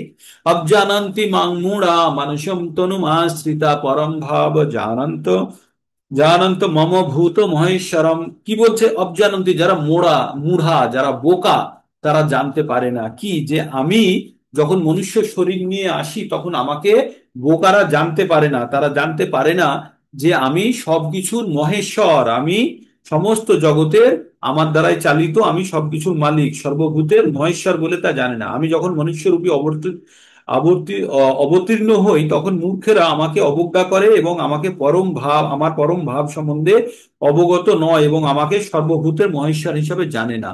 কারা? মূর্খরা। তাই বলছে, ভগবান বলছে, ভগবান যখন মানুষ রূপে আসে তখন মূর্খরা বুঝতে পারে না, কিন্তু মেধাবী যারা তারা অবশ্যই বুঝতে পারে। তাই 5-32 আর 11 নম্বর ক্যান্টের 5 নম্বর 32 নম্বর শ্লোকে ভাগবতমে বলা হয়েছে, কৃষ্ণ বর্ণ তৃষা অকৃষ্ণ সাঙ্গ পাঙ্গস্থ পার্ষদম যজ্ঞেই সংকীর্তন প্রায়ে যজন্তি হি সুমেধস। চৈতন্য চরিতামৃতে এই কথাটি বলা হয়েছে। ভগবান কৃষ্ণ, কৃষ্ণ বর্ণ, তৃষা অকৃষ্ণ, কৃষ্ণের বর্ণের, কৃষ্ণের গোত্রের কৃষ্ণ নিজে, কিন্তু তার রং অকৃষ্ণ, মানে গৌর বর্ণ কথা বলছে এখানে। সাঙ্গ পাঙ্গ অস্ত্র পার্শ্বদম, ভগবান একা আসেনি, ভগবানের সঙ্গ পাঙ্গ উপাঙ্গ তারপরে অস্ত্র নিয়ে ভগবান এখানে আসছেন। কি করতে আসছেন? যজ্ঞেই সংকীর্তন প্রায়, তিনি সংকীর্তন যজ্ঞ করতে আসছেন। আর এটা কারা বুঝতে পারবে? যজন্তী, মানে এটার পুজো করবে বা এতে অংশগ্রহণ করবে কারা? সুমেধস। মেধস মানে যারা বুদ্ধিমান, আর সুমেধস মানে অত্যন্ত বুদ্ধিমান, তারাই শুধু এটা বুঝতে পারবে। তাই ভগবান কি বলছেন? ভগবান যখন মানুষের রূপ নিয়ে পৃথিবীতে আবর্তিত হয় তখন মূর্খরা সেটা বুঝতে পারে না। তাই ভগবান এই পরবর্তী শ্লোকে আমি যেটাতে আলোচনা করলাম সেটাতেও সেই একই কথা বলা হলো, শুধু অত্যন্ত মেধাবী সম্পন্ন ব্যক্তিরা ওখানে যুক্ত হয়। আর এখানে বলছে মূর্খরা বুঝতে পারে না, আর ওখানে বলছে কি বুদ্ধিমান ব্যক্তিরা বুঝতে পারে। এটাই পার্থক্য, তাছাড়া কোনো পার্থক্য নেই। ঠিক আছে, তারপরে ভগবান কি বলছেন? মোঘাশা মোঘ কর্মণ মোঘ জ্ঞান বিচেতসা রাক্ষসিয়া শরীং চৈব প্রকৃতিং মোহিনীং শ্রিতাহ। ভগবান কি বললেন? এইভাবে মহাচ্ছন্ন, আমরা কিভাবে মহাচ্ছন্ন হচ্ছে? এই প্রকৃতির যেটি ভোগ আনন্দ, খাওয়া দাওয়া, বিভিন্ন ধরনের ইন্দ্রিয় তৃপ্তিতে আমরা এত যুক্ত হয়ে আছি, আমরা তাই এতে মোহিত হয়ে আছি। সময় থাকলে আপনাদের একটা ভালো গল্প বলতে পারতাম, যে মৌমাছির গল্প। যাই হোক, সময় যদি হয় শেষের দিকে তাহলে মনে করিয়ে দেবেন, বলবো। এইভাবে যারা মোহাচ্ছন্ন রয়েছেন তারা আসুরি এবং রাক্ষসী স্বভাবের প্রতি আকৃষ্ট। সেই মোহাচ্ছন্ন অবস্থায় জীব তাদের মুক্তি লাভের আশা আশা একদম নীল, মানে নেই, তাদের মুক্তি লাভের আশা নেই। তাদের সকাম কর্ম এবং জ্ঞানের দ্বারা সমস্ত প্রচেষ্টায় ব্যর্থ। তারা যে সমস্ত সকাম কর্ম করছে, পুণ্য অর্জন করছে, বা তাকে হসপিটালে ভর্তি করলো, একজন খেতে পায়নি তাকে খাবার দিল, এগুলো সব সকাম কর্ম। এইগুলো যত কিছু কর্ম সবই ব্যর্থ। কখন? যখন তারা রাক্ষসী বা আসুরি স্বভাবের এবং এই জাগতিক কার্যক্রমে মানে কার্যক্রমে তারা মোহিত হয়ে আছে। তারপরে ভগবান কি বলছে? মহাত্মানান্তু মাং পার্থ দৈবী প্রকৃতি মা সীতা ভজন্ত অনন্য মনসে জ্ঞাতা ভূতাদি অব্যয়। আগে কি বললো? অবজানান্তি মাং মূঢ়া, যারা মূঢ়, তারা ভগবানকে জানতে পারে না। তারা ভগবানকে জানতে পারে না, তারা কি করে? জগতের সবকিছু ইন্দ্রিয় তৃপ্তির দিকে তারা মোহিত হয়ে পড়ে আছে। কিন্তু এখানে কি বলছে? মহাত্মানান্তু মাং পার্থ দৈবী প্রকৃতি মাস তাহা ভজন্ত অনন্য মনুষ্য জ্ঞাতা ভূতাদি মম অব্যয়ম। তার মানে যারা এবার যারা বুদ্ধিমান ব্যক্তি, যারা ভগবানের ভজনা করে, তাদের সঙ্গে বলছে হে পার্থ মোহ মুক্ত। আগে কি বললো? মোহ যুক্ত। আর এখানে বলছে মোহ মুক্ত। তাদের কি বলছে? ওইখানে বললো রাক্ষস আর আসুরি স্বভাবের, আর এখানে বলছে মহাত্মাগণ। তার মানে মোহ মুক্ত মহাত্মগণ আমার দৈবী প্রাকৃতিক শক্তিকে আশ্রয় করে তারা আমাকে সর্বভূতের আদি অব্যয় জেনে অনন্য চিন্তে ভজনা করে। আগে কি বললো? তারা সর্বলোকের মহেশ্বর হিসাবে জানে না। আর এখানে কি বললো? তারা যারা মহাত্মা, যারা মোহমুক্ত, তারা ভগবানকে, ভগবানের দৈবী প্রকৃতিকে আশ্রয় করে। আর ওখানে কি হচ্ছে? আসুরি আর রাক্ষসী স্বভাবের উপরে আশ্রয় করেছে। আর এখানে ভগবানের প্রকৃতি দৈবী স্বভাবের উপরে আশ্রয় করে তারা কি করে, ভগবানকে জানে যে ভগবান আদি এবং সর্বভূতের মহেশ্বর। আর কি জানেন, যে তিনি অব্যয়, তার কোনো ক্ষয় নেই। এগুলো জেনে সে অনন্য চিত্তে আর অন্য কিছু না ভেবে ভগবানের ভজনা করেন। তো এই শ্লোকটি অত্যন্ত গুরুত্বপূর্ণ, 13 নম্বরটি। তারপরে ভগবান কি বলছে, তারা কিভাবে ভজনা করেন, তখন বলছে সততং কীর্তয়ন্ত মাম যতন্তশ্চ দৃঢ়ব্রতা নমস্যন্তশ্চ মাং ভক্তা নিত্যযুক্ত উপাসতে। তারা কি করেন, দৃঢ়ভাবে, দৃঢ় সংকল্প হয়ে, যত্নশীল হয়ে সর্বদা আমার মহিমা কীর্তন করেন, ভগবানের মহিমা কীর্তন করেন এবং ভগবানকে প্রণাম করে। তারা তারা এই সমস্ত মহাত্মারা নিরন্তর ভক্তি সহকারে আমার উপাসনা করেন। তারা কি করে, ওই যে মহাত্মাদের কথা বললাম, তারা দৃঢ় সংকল্প হয়ে ভগবানের তারা ভজনা করে এবং ভগবানকে প্রণাম করে এবং ভক্তি সহকারে ভগবানের উপাসনা করে। তারপরে বলছে এবার ভগবানকে কে কিভাবে দেখে সেটা বলছে।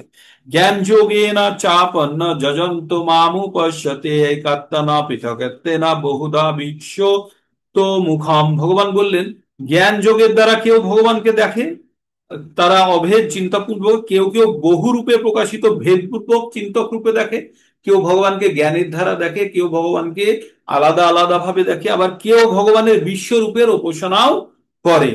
তো এইভাবে ভগবানকে তিনটে ভাবে ভগবানকে দেখতে পারে। কেউ জ্ঞান দ্বারা ভগবানের স্বরূপ হিসাবে করে, কেউ জ্ঞান ছাড়া ভগবানকে কল্পনা দিয়ে তারা আহ ভগবানের চিন্তা করে করে, আর আরেকটা হচ্ছে বিশ্বরূপ চিন্তা করে ভগবানের আরাধনা করে। তারপরে কি বলছে, অহং পুরুর অহং যজ্ঞ সদাম অহম সদাম অহম অহম ও সদম মন্ত্র অহম অহম বাহ্য অবাহ্য অহম অগ্নি অহম হুতম। ভগবান বললেন আমি অগ্নিষ্টম, আমি শ্রোতযজ্ঞ, মানে ওই শ্রদ্ধাদি কার্যের সময় যে যজ্ঞ করা হয় তাকে বলে। আমি বৈশ্যদেব, আমি স্মার্তযজ্ঞ, আমি পিতৃপুরুষদের উদ্দেশ্যে শ্রদ্ধাদি কর্ম, আমি রোগ নির্বাপক বা রোগ নিবারক, আচ্ছা রোগ নিবারক ভেষজ মানে ঔষধ, আমি মন্ত্র, আমি হোমের ঘৃত, আমি অগ্নি, আমি হোমক্রিয়া। মানে সবকিছু ভগবান, যা কিছু কল্পনা করা যেতে পারে ওই ভগবানের বাইরে আর কিছু নেই। ঠিক। তারপরে ভগবান কি বলছেন নিজের সম্বন্ধে, বলছেন পিতা পিতাহমস্য জগত মাতা ধাতা পিতামহ বেদাং পবিত্রম অঙ্কার ঋক্ষাম যজুরেব চ। ভগবান কি বললেন, যজুরেব চ। ভগবান কি বললেন, পিতামহ আমি পিতা, আমি মাতা, আমি জগতের এই বিধাতা, আমি পিতামহ, আমি বেদম মানে আমাকে জ্ঞেয় বস্তু মানে যেটাকে জানা যায়, আমি পবিত্র, পবিত্র মানে আমি পরিষ্কার শোধনকারী, আমি ডিটারজেন্ট যেটাকে বলে, আমি শোধনকারী ওঙ্কার, আমি ঋক সাম আর যজুর্বেদ। ঠিক আছে, তো ভগবানের মানে বেদ জেনে, বেদ থেকে কি জানা যাবে ভগবানকে, তাই ভগবান বলছে আমি সবকিছু, আগেও বললেন সবকিছু, আর এখানেও বলছে যত কিছু যোগ্য ক্রিয়া হয়, ক্রিয়াকর্ম যেগুলো হয় সব, এখানে ভগবান বললেন যে আমি পিতা, আমি মাতা, আমি জগতের বিধাতা, আমি সবকিছু, আমি ঋক সাম যজু অথর্ব সব আমি। আমি জ্ঞেয় মানে কাউকে যদি জানতে হয় সেটাই হচ্ছে ভগবান। তারপরে ভগবান কি বলছে, গতির ভর্তা প্রভু সাক্ষী নিবাস শরণাংশু হৃদয় প্রভব প্রলয় স্থানাং নিধানাং বীজ অব্যয়ম। ভগবান এই কথাটি বারবার বলেছেন, আবার বললেন আমি সকলের গতি, সকলের লক্ষ্য, সকলের আমাদের অভীষ্ট লক্ষ্য কি ভগবান। ভর্তা মানে আমি ভোগী, প্রভু সকলের প্রভু, সাক্ষী নিবাস যেখানে থাকা যায়, শরণ যেখানে আশ্রয় গ্রহণ করা যায়, সুহৃদ প্রত্যেকের হৃদয়ে থাকেন তিনি, আমি উৎপত্তি, আমি নাশ, আমি স্থিতি, আমি আশ্রয়, আমি অব্যয় বীজ। আমাদের ভগবান কি বলেছে, ভগবান কি বলেছে, আমি সকলের বীজ বলেছে না 7 নম্বর অধ্যায়ে, বীজ বীজ অহং সর্বভূতানাম বিদ্ধি পার্থ সনাতনম বলেছে না 7-10 নম্বর শ্লোকে। তো তাই বলছে ভগবান, বলছে আমি বীজ। তাই ভগবান নিজের সম্বন্ধে যখন বলছে আমি সাক্ষী, আমি নিবাস, আমি গ্রহলোকে আদি স্থানে আমি বসবাস করি, আমি, তাও শ্রীকৃষ্ণ পরম আশ্রয় গতি হওয়া উচিত। আমরা যখনই সুরক্ষার প্রয়োজন বোধ করি তখন আমাদের কোনো জীবসত্তাই আমাদেরকে সুরক্ষা প্রদান করতে পারে না। তাই আমাদের ভগবানের প্রতি আমাদের পরম আস্থা রেখে, শ্রীকৃষ্ণ আমাদের সৃষ্টির উৎস পরম পিতা, তাই শ্রীকৃষ্ণ অপেক্ষা অন্য কেউ আমাদের সুহিত মানে আমাদের শুভাকাঙ্ক্ষী কেউ হতে পারে না, বা হিত হিতৈষী হতে পারে না। শ্রীকৃষ্ণ সৃষ্টির আদি কারণ এবং প্রলয়ান্তে ভগবানই আশ্রয়, তাই শ্রীকৃষ্ণই সর্বকারণের শাশ্বত কারণ। তারপরে ভগবান কি বলছে, তপাম্য অহম অহম বর্ষাং নিগৃহান নিগৃহান নিগ্রহম উপসৃজ্য উৎসৃজ্যামি চ অমৃতং চৈব মৃত্যুশ্চ সদ অসদ চ অহম অর্জুন। বললো আমি তাপ প্রদান করি, আমি বর্ষা আকর্ষণ করি, আমি বর্ষণ করি, আমি অমৃত, আমি মৃত্যু, আমি জড় চেতনার উভয়ের মধ্যেই স্থিত। আমি জড় এবং চেতনার মধ্যে। জড়র মধ্যে কেমন, ভগবানের বহিরঙ্গা শক্তি, যেটা ওই যে প্রকৃতি, প্রকৃতির মধ্যে কি আছে, ইট খাট পাথর বালি সবই তো আছে না, যে এই যে পঞ্চভূত, পঞ্চভূত ওটাও তো ভগবানের শক্তি। তাই ভগবান বলল সবকিছু আমি, সমস্ত জগৎ সংসারে যা কিছু দেখছে সবই আমার সৃষ্টি, সবই আমার দ্বারা। এগুলো আমি যখন খুশি তৈরি করি, যখন খুশি ধ্বংস করি, সেগুলো আমার ইচ্ছার দ্বারা প্রকৃতির নিয়মে চলে। তারপরে এবার বলছে যোগ্য কারা করে। এবার একটু অন্যরকম জায়গা থেকে যাব, এইখান থেকে খুব শ্রদ্ধা সহকারে শুনবেন। তৈ বিদ্যাং মাং সোপমাপুত পাপা যজ্ঞারিষ্ট স্বর্গতি পার্থয়ান্তে তে পুণ্যমাসাদ্য সুরেন্দ্র লোকাম অস্নাতি দিব্যান দিবি দেব ভোগান। আবার পড়ি, তৈ বিদ্যা তৈ ত্রৈবিদ্যামাং সোপমাপুত পাপা যজ্ঞারিষ্ট স্বর্গেতি পার্থয়ান্তে তে পুণ্যমাসাদ্দা সুরেন্দ্রলোকাম অস্নান্তি দিব্যান দিবি দেব ভোগান। কি বললেন, এই বেদে, বেদে কি আছে, ত্রিবেদ। আমরা কি বললাম, তিনটে বেদের কথা বললাম না? ত্রিবেদ যজ্ঞ অনুষ্ঠানের দ্বারা আরাধনা পূর্বক কি করা হয়, আরাধনা যজ্ঞ, যজ্ঞে যজ্ঞ করে কি হয়, আরাধনা করা হয়। ভগবানের যজ্ঞ করা, ভগবানের নামে যজ্ঞ করা হলো আরাধনা পূর্বক। যজ্ঞা বিশিষ্ট মানে যজ্ঞে থেকে যেটা অবশিষ্ট হয়, সেই সোমরস পান করে পাপ মুক্ত হন। কারা, যারা ওই যজ্ঞ করছে, করে কি হয়, স্বর্গে গমন করার প্রার্থনা করেন। মানে এই জড়জগতের লোকেদের কথা বলছে। কেউ কেউ যজ্ঞ করে, করে ভগবানের এই যজ্ঞ অবশিষ্ট যেটা আছে সেটা গ্রহণ করে পাপ মুক্ত হয়। আর পাপ মুক্ত হয়ে কি করে, স্বর্গ গমন করার প্রার্থনা করে। এই যে যজ্ঞ করে না, বিভিন্ন ধরনের যজ্ঞ, তো এই যজ্ঞ করে কি করে, পাপ প্রার্থনা করে কোথায় যাওয়ার জন্য, স্বর্গে গমন করার জন্য।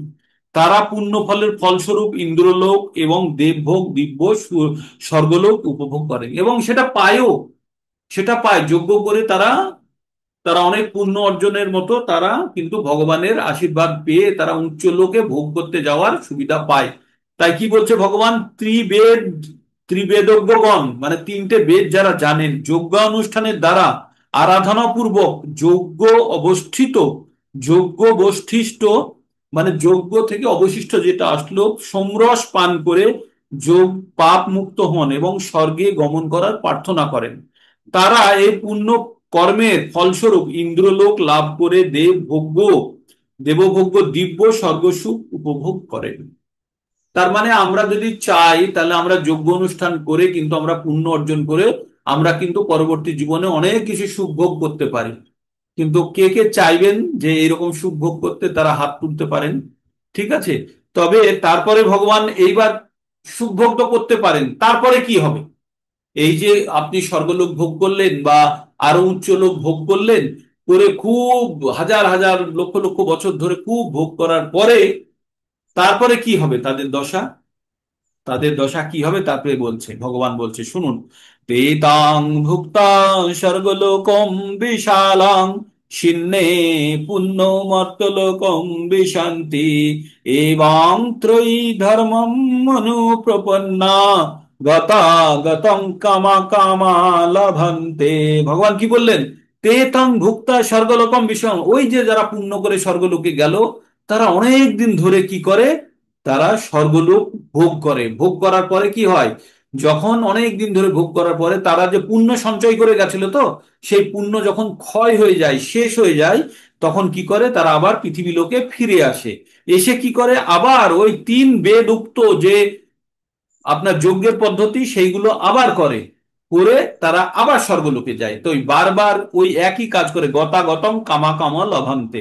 এই যে তারা কি করে, সেই বিশাল স্বর্গলোক উপভোগ করার পরে পুণ্য ক্ষয় হলে তারা আবার মর্ত্যলোকে ফিরে আসে। এইভাবেই ত্রিবেদোক্ত ধর্মের অনুষ্ঠান করে ইন্দ্রিয় সুখভোগের আকাঙ্ক্ষী মানুষেরা সংসারে কেবলমাত্র বারবার জন্ম মৃত্যু লাভ করেন। বুঝতে পারলেন এবার যে জন্ম মৃত্যুর চক্করে কিভাবে ফাঁসে? বেদা বেদোক্ত ত্রিবেদোক্ত তারা যজ্ঞ করেও আবার পৃথিবীতে ফাঁসছে, কারণ তাদের মনের আকাঙ্ক্ষাই পূরণ হয়নি, তাদের প্রকৃত জ্ঞানই হয়নি যে কিসের জন্য আমাদের মানব জীবন, শুধু কি ভোগ করার জন্য? তাহলে ভোগ করলে বিভিন্ন রকম ভাবে ভোগ করবে, কখনো পশুজনিতে, কখনো মনুষ্যজনিতে, বিভিন্ন ভাবে। যদি পতন হয়ে যায় তাহলে পশুজনিতে ভোগ করবে, নরক ভোগ করবে। তারপরে ভগবান সেই কালজয়ী শ্লোকটি বললেন, 22 নম্বর, আন্ডারলাইন করে নিন যারা পড়েন পড়েন। অনন্য চিন্তায়ন্ত মাম যে জনা পর্যা উপাসতে তেষাং নিত্যভিযুক্তানাং যোগক্ষেমং বহামি হাম। ভগবান কি বললেন? অনন্য চিন্তা, আর কোনো চিন্তা না করে একভাবে আমার চিন্তায় যে মগ্ন থাকে, তার কি হয়? সে নিত্য অভিযুক্তানাং যোগক্ষেমং বহান, সে যে আমার অনন্য চিন্তা করছে আর কোনো চিন্তা না করে সব সময় আমার চিন্তাতে যে মগ্ন হয়ে আছে, তার যা নাই সেটা আমি প্রদান করি, আর যেটা আছে সেটা আমি রক্ষা করি। ভগবান কি বললেন? যে যেটা নেই তাকে সেটা প্রদান করি, আর যেটা আছে সেটা রক্ষা করি। কার? যে অনন্য চিন্তায়ন্ত মাম যে জনা পর্যন্ত, অনন্ত চিন্তায়, ভগবানের অনন্ত চিন্তায় যে মগ্ন, তার কাছে যেটা নেই সেটা ভগবান প্রদান করেন, আর যা আছে সেটা ভগবান রক্ষা করেন। তো কি কি রক্ষা করার, ভগবান কি দেওয়ার কথা বলছে এখানে? আধ্যাত্মিক জ্ঞান, আধ্যাত্মিক উপলব্ধির কথা বলছে। ভগবান বলছে কারোর যদি আধ্যাত্মিক জ্ঞান কম থাকে ভগবান সেটা দিয়ে থাকেন। তো ভগবান পরবর্তীতে আমরা যখন পঠন করব তখন এই কথাটি বলবে 10 নম্বর অধ্যায়ে, দদামি বুদ্ধি যোগন্তাম ইয়েনো মায়ু পায়ন্তিতে তেষাং সতত যুক্তনাং ভজতাং প্রীতিপূর্বকাম দদামি বুদ্ধি যোগন্তাম ইয়ানো মায়ু পায়ন। তাদেরকে আমি বুদ্ধি দিই, বুদ্ধির দ্বারা তারা যেন আমার কাছে চলে আসতে পারে। তো আলটিমেটলি আমাদের তো উদ্দেশ্যই তো তাই, ভগবানের কাছে চলে যাওয়া। তো অনন্য চিন্তা, আমার চিন্তায় মগ্ন হয়ে পরিপূর্ণ ভক্তি সহকারে যারা সর্বদাই আমার উপাসনা করে, তাদের সমস্ত অপ্রাপ্য বস্তু আমি বহন করে আনি এবং তাদের প্রাপ্ত বস্তু সংরক্ষণ করি। যারা অপ্রাপ্য বস্তু আছে সেগুলো ভগবান দান করেন, আর যেগুলো আছে সেগুলোকে রক্ষা করেন। কিন্তু এখানে আবার আরেকটা ক্যাচ, মানে আরেকটা কথা বলে দিল। কি বলে দিল? যারা অন্য দেবতার পুজো করে তাদের কি হয়? যেপি অন্য দেবতা ভক্তা যজন্তে শ্রদ্ধায়ান্বিতা তেপি মামেব কন্তেও যজন্তি হি অবিধি পূর্বকম। যেপি অন্য দেবতা ভক্তা যজন্তে শ্রদ্ধায়ান্বিতা তেপি মামেব কন্তেও যজন্তি যজন্তি অবিধি পূর্বকম। ভগবান বললেন যারা অন্যান্য দেব দেবতার পুজো করে না, তারা পরোক্ষভাবে আমারই পুজো করে। ভগবান বললেন ভগবানেরই পুজো করে পরোক্ষভাবে। তাই তাদের মধ্যে যে ওই যে নিষ্ঠা ভাব বা পূজা করার ইচ্ছা যেটা, সেটা আমি দিয়ে থাকি, কিন্তু এই পুজো করার পদ্ধতিটা অবিধিপূর্বক, নিয়ম গ্রাহ্য পুজোর পদ্ধতি নয়। সেটাও ভগবান শেষে বললেন। তাই বললেন হে পন্থীয়, যারা অন্য দেবতারা, অন্য দেবতাদের ভক্ত বা শ্রদ্ধা সহকারে তাদের পুজো করে, প্রকৃতপক্ষে তারা অবিধিপূর্বক ভাবে আমারই পুজো করে। তারা অবিধিপূর্বক মানে বিধিপূর্বক উপায়ে তারা ভগবানের পুজো করছে না, তারা ভগবানেরই করছে অবিধিপূর্বক উপায়ে। তারপরে ভগবান কি বললেন? এই কথার পরে ভগবান কি বললেন? 24 নম্বরে ভগবান বললেন, আহমি সর্বযোগানাম ভোক্তা চ প্রভুরেব চ না তু মামভিজানান্তি তত্তে নাত শ্রবন্তিতে। ভগবান কি বললেন? আমি সবকিছুর ভোক্তা। এখানে বললে দেব দেবতাকে যে পুজো অর্পণ করছে, তো ভগবান বলছে ওগুলো আমাকেই করছে, কিন্তু ভায়া কাউরির দিয়ে করছে। তাই ভগবান এখানে বলছেন আহামি সর্বযজ্ঞ নাম, বলছে আমি সবকিছু যজ্ঞের ভোক্তা এবং প্রভু। কিন্তু যারা আমার এই চিন্ময় স্বরূপ জানে না তারা অধঃপতিত হয় তত্ত্বে নিবাস চবন্তিতে। ভগবান বললেন যারা আমাকে জানে না তারা অধঃপতিত হয়। এবার 25 নম্বরে শুনুন। এবার দেব দেবতার যারা পুজো করে তাদের কি দশা হয়, যেমন পৃথিবীতে ফিরে আসে, তেমনি বলছে ভগবান এখানে বলছে ইয়ান্তি দেবব্রত দেবান পিত্রানান্তি পিত্রাব্রতা ভূতানি আন্তি ভূতেজ্জা ইয়ান্তি মম যাজিনোপি মাম। ভগবান বললেন যারা দেব দেবতার পুজো করে তারা দেবলোকে যায়, যারা দেব দেবতার পুজো করে তারা দেবলোকে যায়, যারা পিতামাতার পুজো করে তারা পিতৃলোকে যায়, যারা ভূত যক্ষ রাক্ষসের পুজো করে তারা ভূত লোকে যায়, ইয়ান্তি মম যাজিন অভিমান, কিন্তু আমার যারা পুজো করে তারা আমার সঙ্গে আমার লোকে যায়। ঠিক আছে? তাই ভগবান বললেন দেবতাদের উপাসকগণ দেবলোক লাভ করেন, পিতৃপুরুষদের উপাসকগণ পিতৃলাভ করেন, পিতৃলোক লাভ করেন, ভূত পেয়ে তাদের উপাসকগণ ভূতলোক লাভ করেন, এবং আমার উপাসকগণ আমাকেই লাভ করেন। ঠিক? তো যারা বুদ্ধিমান তারা কি করবে? তারা ওই কালকে পড়েছিলাম না, আমরা 7 নম্বরে পড়েছিলাম না, অল্প বুদ্ধি সম্পন্ন লোকেরা দেব দেবতার পুজো করে, করে যে লব্ধ ফল হয় সেটা ক্ষণিকের। তো এখানে সে একই কথা বললো, দেব দেবতাদের উপাসনার লোকরা দেবলোকেই যেতে পারে ম্যাক্সিমাম। তারপরে কি হবে? ওখানে গিয়ে খুব ভোগ করবে, তারপরে কি হবে? শীন্নে পুণ্য মর্তলোকম বিশন্তি, মানে যেই পুণ্য শেষ হয়ে যাবে আবার পৃথিবীতে ফিরে এসো। কিন্তু ভগবান কি বলেছে? মাম উপেক্ষিত পন্থীও পুনর্জন্ম না বিদ্যতে। ভগবানকে পেয়ে গেলে আর কোনো পুনর্জন্মের ঝামেলাই নেই। তাই বলছে প্রতিদিন ব্যাটারি কেনার থেকে একদিন রিচার্জেবল একটা ব্যাটারি কিনে ফেলবে। তাই ভগবান বলছে আরাধনায় আমার প্রতি ভক্তি করো, তাতেই তুমি সবকিছু থেকে উদ্ধার হয়ে যাবে। ভগবানের ভক্তি কিভাবে করবেন? ভগবান বলছে কি লাগবে তাতে। পত্রম পুষ্পম ফলম তোয়ম যো মে ভক্তা প্রয়োচ্ছতি তদহং ভক্তা উপহিত अस्मामि প্রয়াত্মমম।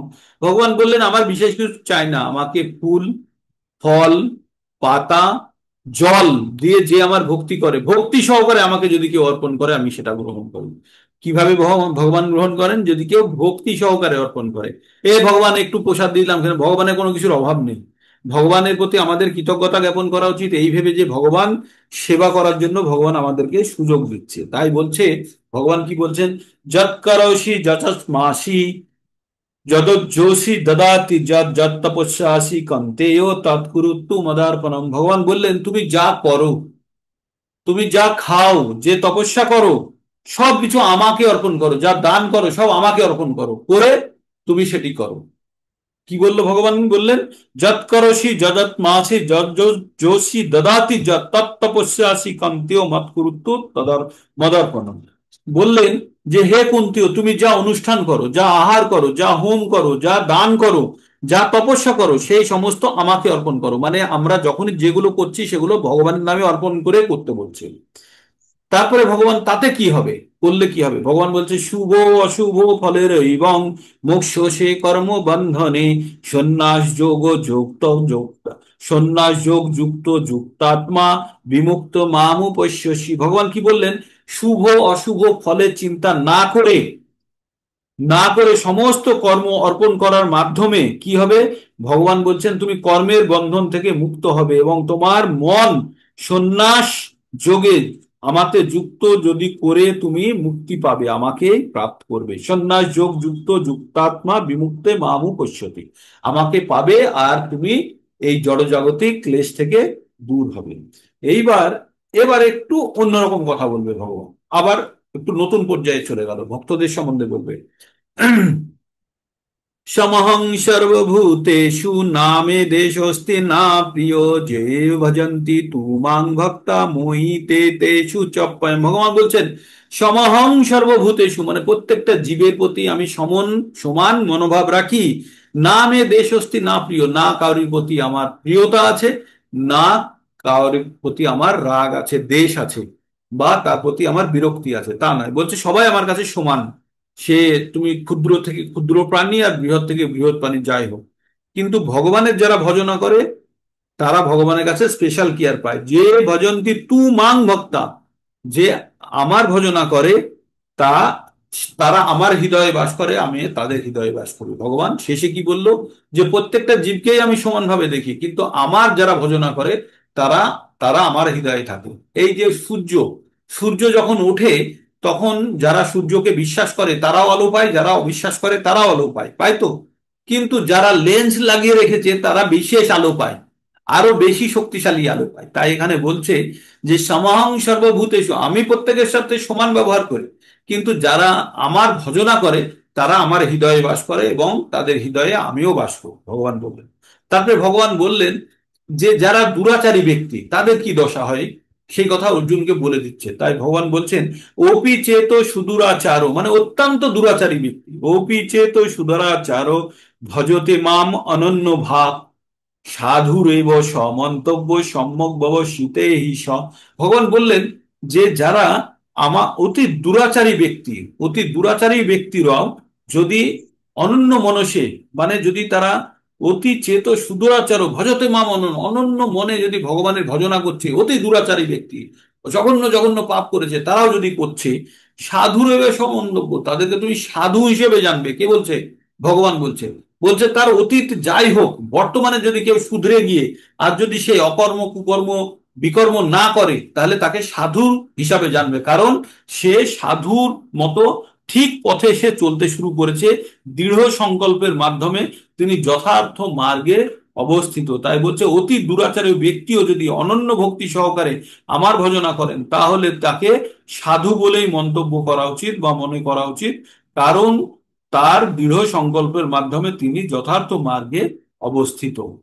বুঝতে পারলেন এতদূর পর্যন্ত?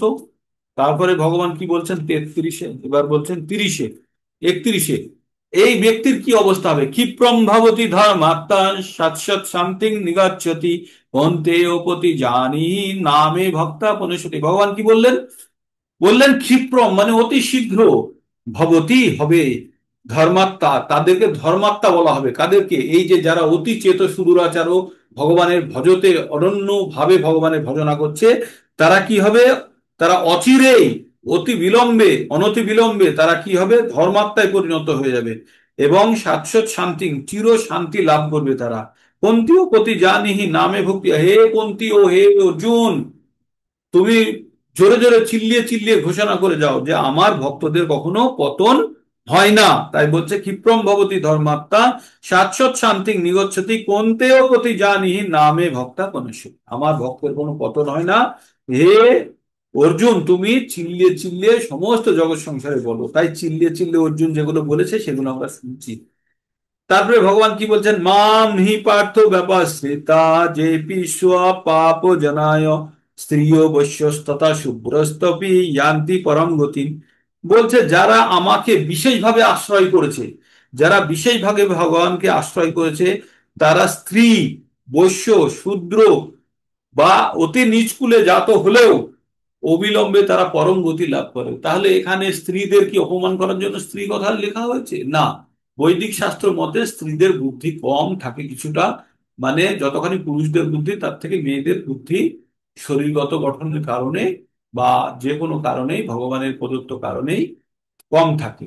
তাই ভগবান বলছেন যে যে যাদের যারা স্ত্রী, বৈশ্য, শূদ্র আদি নিষ্কুল জাত হলেও তারা অবিলম্বে পরম গতি লাভ করে, কারণ তারা ভগবানের সেবায় নিযুক্ত। তারপরে ভগবান কি বলছে? কিম পুণ্য ব্রাহ্মণ না পুণ্য ভক্তা রাজর্ষয়স তথা অনিত্যম সুখম লোকমিমম প্রাপ্য ভজস্য মাম। ভগবান কি বললেন? পুণ্যবান ব্যক্তি, ভক্ত, রাজর্ষিদের আর কি কথা। আগে কি বললেন? অতি চেত সুদূরাচারও, সেও উদ্ধার হয়ে যাবে। স্ত্রী, বৈশ্য, শূদ্র, আহ, তারপরে জঘন্য কুলজাত কেউ কার কথা বললো? বৈশ্য তথা শূদ্রস্তমী যান্ত্রিক, তারা পর্যন্ত পরম গতি লাভ করে। তো তাই ভগবান বলছেন যে তারা কিভাবে পরম গতি? অনিত্য সুখম লোকমিমম প্রাপ্ত ভজস্য মাম। বলছে পুণ্যবান ব্রাহ্মণ, ভক্ত, রাজস্বীদের আর কি কথা, তারা তো আমাকে আশ্রয় করে করলে নিশ্চয় পরাগতি লাভ করবেন। অতএব তুমি অনিত্য দুঃখময় মর্তলোকে আমাকে, মর্তলোকে দুঃখময় মর্তলোকে আমাকে ভজনা করো। তাই বলছে অর্জুন, তুমি আমার ভজনা করো। আর কিভাবে ভজনা করো তুমি? আহ যে তুমি অনন্য ভক্তি দ্বারা তুমি আমার ভজনা করো, তাহলে তুমিও পরাগতি লাভ করবে। যেগুলো বাকি লোকেদেরকে, এই অর্জুনকে তো সম্বন্ধে ভগবান জানে, কিন্তু বাকিদের সম্বন্ধে তো ভগবানের, এই যে বাকি 840 কোটি লোক আছে আমরা সবাই, তাদের সম্বন্ধে ভগবান কোনো একটা নির্দিষ্ট পরিমাপের ব্যবস্থা করতে পারেনি, যে বা করেননি, যা দিয়ে তিনি বলতে পারেন যে এরা পরাগতি লাভ করবে না করবে না। কারণ ভগবানকে যদি আশ্রয় করে তবেই সে ভজনা করবে, আর তারা এই মর্তলোক থেকে, এই মর্তলোকের বন্ধন থেকে উদ্ধার হবে। তাই ভগবান অর্জুনকে দিয়ে সকলকে বলাচ্ছেন যে যারা দেব দেবতার পুজো করছেন বা বাকি অন্য কিছু পুজো করছেন, তারা, তাদেরকে একবার জন্ম মৃত্যুর চক্রের রাস্তাটা দেখে নিতে হবে, না হলে তারা মিথ্যেই এই জীবনটাকে নষ্ট করবে। ভগবত গীতার নবম অধ্যায়ের শেষ শ্লোক। ভগবান এবার এই নবম অধ্যায়ের জিস্ট বাতাচ্ছেন, জিস্ট মানে বলছেন। এই শ্লোকটি আবার রিপিট হবে 18 নম্বর অধ্যায়ে গিয়ে। তার মানে গুরুত্বপূর্ণ জিনিসকে ভগবান বারবার বলেন, তাই বলছে কি, হরের নাম হরে নাম এই কেবলম কলৌ নস্তব্য নস্তব্য নস্তব্য গতির অন্যথা। ভগবান কি বললেন, যে হরির নাম এই কেবলম, আর এছাড়া কোনো গতি নেই, গতি নেই, গতি নেই। তো যখন কোনো জিনিসকে জোর দিয়ে বলতে হয় তখন সেটাতে আমরা কি করি, মানে কোনো জিনিসকে স্থাপিত করতে গেলে জোর দিয়ে বলি, তাই না? তাই বলছে, আর বারবার বলি, তাই বলছে হরির নাম এই কেবলম, মানে 3বার বলছে একবার। আর শ্লোক মানে ভগবান এই এই যে বারবার উল্লেখ করার যে কথাটা বলছে, যে কারণ কি, যে কোনো বিশেষ জিনিস, কোনো গুরুত্বপূর্ণ জিনিস যখন কোনো জিনিস কারো মাথার মধ্যে ঢোকানো যাবে সেটি বারবার বলতে হয়। তো তাই ভগবান এইবার ফাইনাল কথাটা বলছে, মন্মনা ভাব মদ্ভক্ত মদ্দা জিমাম নমস্কুরু মামেব এষসি যুক্তৈব আত্মানাং মৎপরায়ণ। এই শ্লোকটি পুনরায় বলবে, তাই ভগবান এই কথাটির উপরে জোর দেওয়ার জন্য সবকিছু বলেছে। তাই আমি উদাহরণ দিয়ে আপনাদেরকে হরির নামটাও বললাম। তো ভগবান কি বলছে, তোমাকে তোমার মন আমার ভাবনায় নিযুক্ত করো, আমার ভক্ত হও, আমার পুজো করো, আমায় প্রণাম করো, এইভাবে আমাতে উৎসর্গীকৃত হয়ে সম্পূর্ণরূপে আমাতে অভিনিবিষ্ট হলে নিঃসন্দেহে তুমি আমাকে লাভ করবে। ভগবান কি বললেন, মন্মনা ভাব মদ ভক্ত মদ্দাজি মাম নমস্কুরু মামেব এষসি যুক্তৈব আত্মানং মৎপরায়ণ। তো ভগবান বললেন, আমার ভক্ত হও, আমাকে নমস্কার করো, আমাকে পুজো করো, আমাকে প্রণাম করো, আর আমার সেবায় এইভাবে যুক্তি ও অভিনিবিষ্ট হয়ে নিঃসন্দেহে তুমি আমাকে পাবে। সম্পূর্ণভাবে যদি কেউ ভগবানের প্রতি নিবিষ্ট হয় তাহলে সে অবশ্যই ভগবানকে পাবে। তো এই ছিল আমাদের 9 নম্বর অধ্যায়ের গৃহ জ্ঞান কি, ভগবানকে পাওয়ার রাস্তা বলে দিল কিভাবে, আর কত সহজ ভাবে বলেছে যে ভগবানের কে শ্রদ্ধা ভক্তির দ্বারাই ভগবানকে প্রাপ্ত করার একটা জায়গা তৈরি হতে পারে, তাছাড়া আর বাকি কোনো জায়গা থেকে ভগবানকে পাওয়া যাবে না। ভগবানকে কি করতে হবে, ভগবানের চিন্তন করতে হবে, ভগবানের ভোগ লাগাতে হবে, পত্রম পুষ্পম ফলম তোয়ম বা যা দিয়ে, আর ভগবানের সেবা করতে হবে। তার সঙ্গে আপনি প্রচারের সেবা করতে পারেন, মন্দিরের সেবা করতে পারেন, যেভাবে আপনি করবেন সেটা করতে হবে। এই হলো আমাদের 9 নম্বর অধ্যায়ের পরিসমাপ্তি। তো কারো কিছু বলার থাকলে জিজ্ঞেস করতে পারেন। আজকে 8টার মধ্যেই শেষ করেছি, 2 মিনিট বাকি আছে, শেষের দিকে একটু জোরেই টেনে যেতে হলো। আর এই চ্যাপ্টার বার পড়বেন, তবে দেখবেন মধ্যে একটা অন্য অনুভূতি তৈরি হচ্ছে। সত্যি যেন। কারো কিছু বলার আছে, কিছু বলুন। মাতাজি হরে আমি কৃষ্ণ প্রভু। হরে কৃষ্ণ প্রভু, আপনি বলেছিলেন যে ওই মৌমাছির গল্পটা বলবেন। আপনি বলেছিলেন যে লাস্টে মৌমাছি, মৌমাছির গল্পটা বল।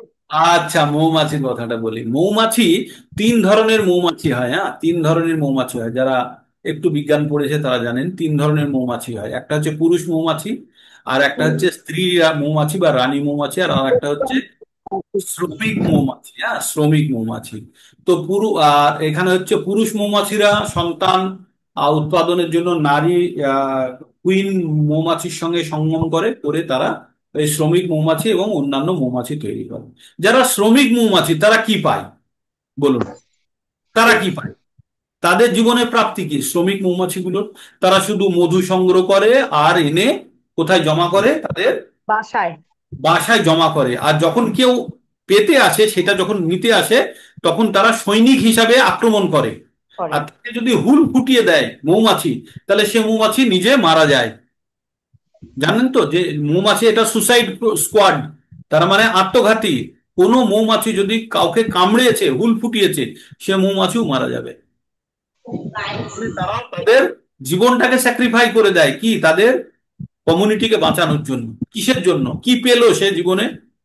শুধু তো সে যায় আর ওই মৌমাছি মধু সংগ্রহ করে আনে আর বমি করে রাখে, মানে উগলে উগলে রাখে, সেটা জমা করে। তো এই মৌমাছি কিসের জন্য ওই ওই গ্রুপের মধ্যে থাকে, কি পায় সে? পায়, যে থাকে সেখানেও কিছু তো পাওয়ার নেই। পুরুষ মৌমাছি তো নারী মৌমাছির সঙ্গে সঙ্গম করে, তাই কিছুটা তার প্রাপ্তি আছে। নারী, সে সেখানকার রানী, সে সবাইকে কন্ট্রোল করে। কিন্তু এরা কি পায়? এরা লেবারের মতো কাজ করে, কারণ এরা মোহাচ্ছন্ন, তারা মোহিত হয়ে থাকে। কিসের মোহিত হয়ে থাকে? রানী মৌমাছি এক ধরনের গন্ধ ছাড়ে, সেই গন্ধটাকে বলে ইংরেজিতে ফেরামেন। আর এই ফেরামেনের গন্ধে সব মৌমাছিগুলো মোহিত হয়ে থাকে। আর ওরা জগতের কোনো কিছু জানে না, তারা শুধু জানে মধু সংগ্রহ করতে হবে আর এখানে জমা দিতে হবে। পুরো গাঁজার নেশার মতো পড়ে থাকে তারা সব সময়, পুরো জীবন তারা নেশায় কাটিয়ে দেয়, শ্রমিক মৌমাছি। তো আমরা যারা এই জড় জগতে যারা আছি না, তারা এই নেশাতে আটকে আছি। কি নেশা? ভোগ করব, সেই নেশাতে আটকে আছি। আমরা কখনো, আমরা ভাবতেই পারি না। মৌমাছিগুলো নিজেরা ভাবতে পারে না, কিন্তু আমরা যারা বাইরে থেকে দেখছি তারা ভাবতে পারে। তাই আমরা যেহেতু ভিড়ের মধ্যে আছি, তো আমার আশপাশে যা আছে তাই দেখতে পাচ্ছি। কিন্তু কেউ যদি ছাদের উপর থেকে ভিড় দেখে, তাহলে প্রত্যেককে আলাদাভাবে দেখতে পাবে। তাই আমরা যখন আমাদের মধ্যে থেকে বেরিয়ে আলাদাভাবে আমাদের অবস্থিতি দেখব, তখনই আমরা জানতে পারবো আমরা কি করছি আর আমরা কি করছি না, আর আমাদের কি করা উচিত। এটা একটা গূঢ় তত্ত্ব, সেই জন্যই আপনাদেরকে বলছি। ঠিক আছে?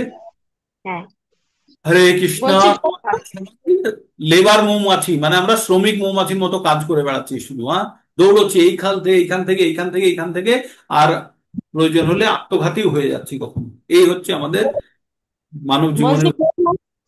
বলুন। যে ব্রহ্মার 432 কোটি বছর হলে একটা দিন, তাহলে ব্রহ্মার এখন কত বছর হয়েছে? মানে অনেক, পৃথিবী ধ্বংস অনেক অনেক অনেক হয়েছে।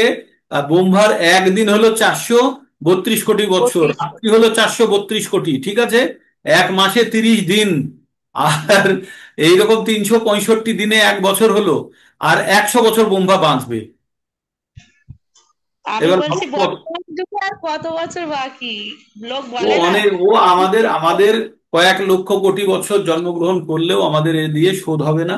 ও শুধু এটা জানার জন্য জেনে রাখুন, ওইসব আমাদের ভক্তি করতে হবে এইটা জানুন। আমাদেরকে এখানে আমাদের শ্রমিক মৌমাছি হতে হবে কিসের ব্যাপারে? ভক্তির ব্যাপারে। আর কিছু দেখতে পাই না। এই ভক্তিতে আমাদের যে মোহিত অবস্থা জড়জাগতিকের দিকে ছিল, সেটাকে ঘুরিয়ে আমাদেরকে ভক্তির দিকে আনতে হবে। বাস এইটুকু করে নিতে পারে, তাহলেই সে উদ্ধার। বলুন মাতাজি, বলুন, কি বলতে চাইছেন? মহুয়া মাতাজি। হ্যাঁ, বলছি আজকে একটু মনটা ডিস্ট্রাক্ট ছিল। কেননা আজ একটু পড়াশোনাও আপনার করতে পারিনি, কেননা ওই যে রাশিয়ায় ভূমিকম্প হয়েছে, তার জন্য জাপান আর রাশিয়া একটু সুনামির অ্যালার্টমেন্ট ছিল। আমার ছেলে তো জাহাজের ইঞ্জিনিয়ার, সে আচ্ছা। এই মুহূর্তে পূর্ব আফ্রিকায় আছে। যেন হুম। মনটা ডিস্ট্রাক্ট সারাদিনই, মানে কোনো না, দিকে আর মন দিতে পারিনি। নরসিংহদেবের কাছে আরো ইয়ে করুন, প্রার্থনা করুন যেন সে ঠিক মতো থাকে। প্রার্থনা সারাদিনই করেছি, খাওয়া দাওয়াও নরসিংহদেবের করেছি। নরসিংহদেবের কাছে আরাধনা করুন। দেখুন, আপনার হাতে কিছু তো নেই, আছে? কিছুই না, নেই।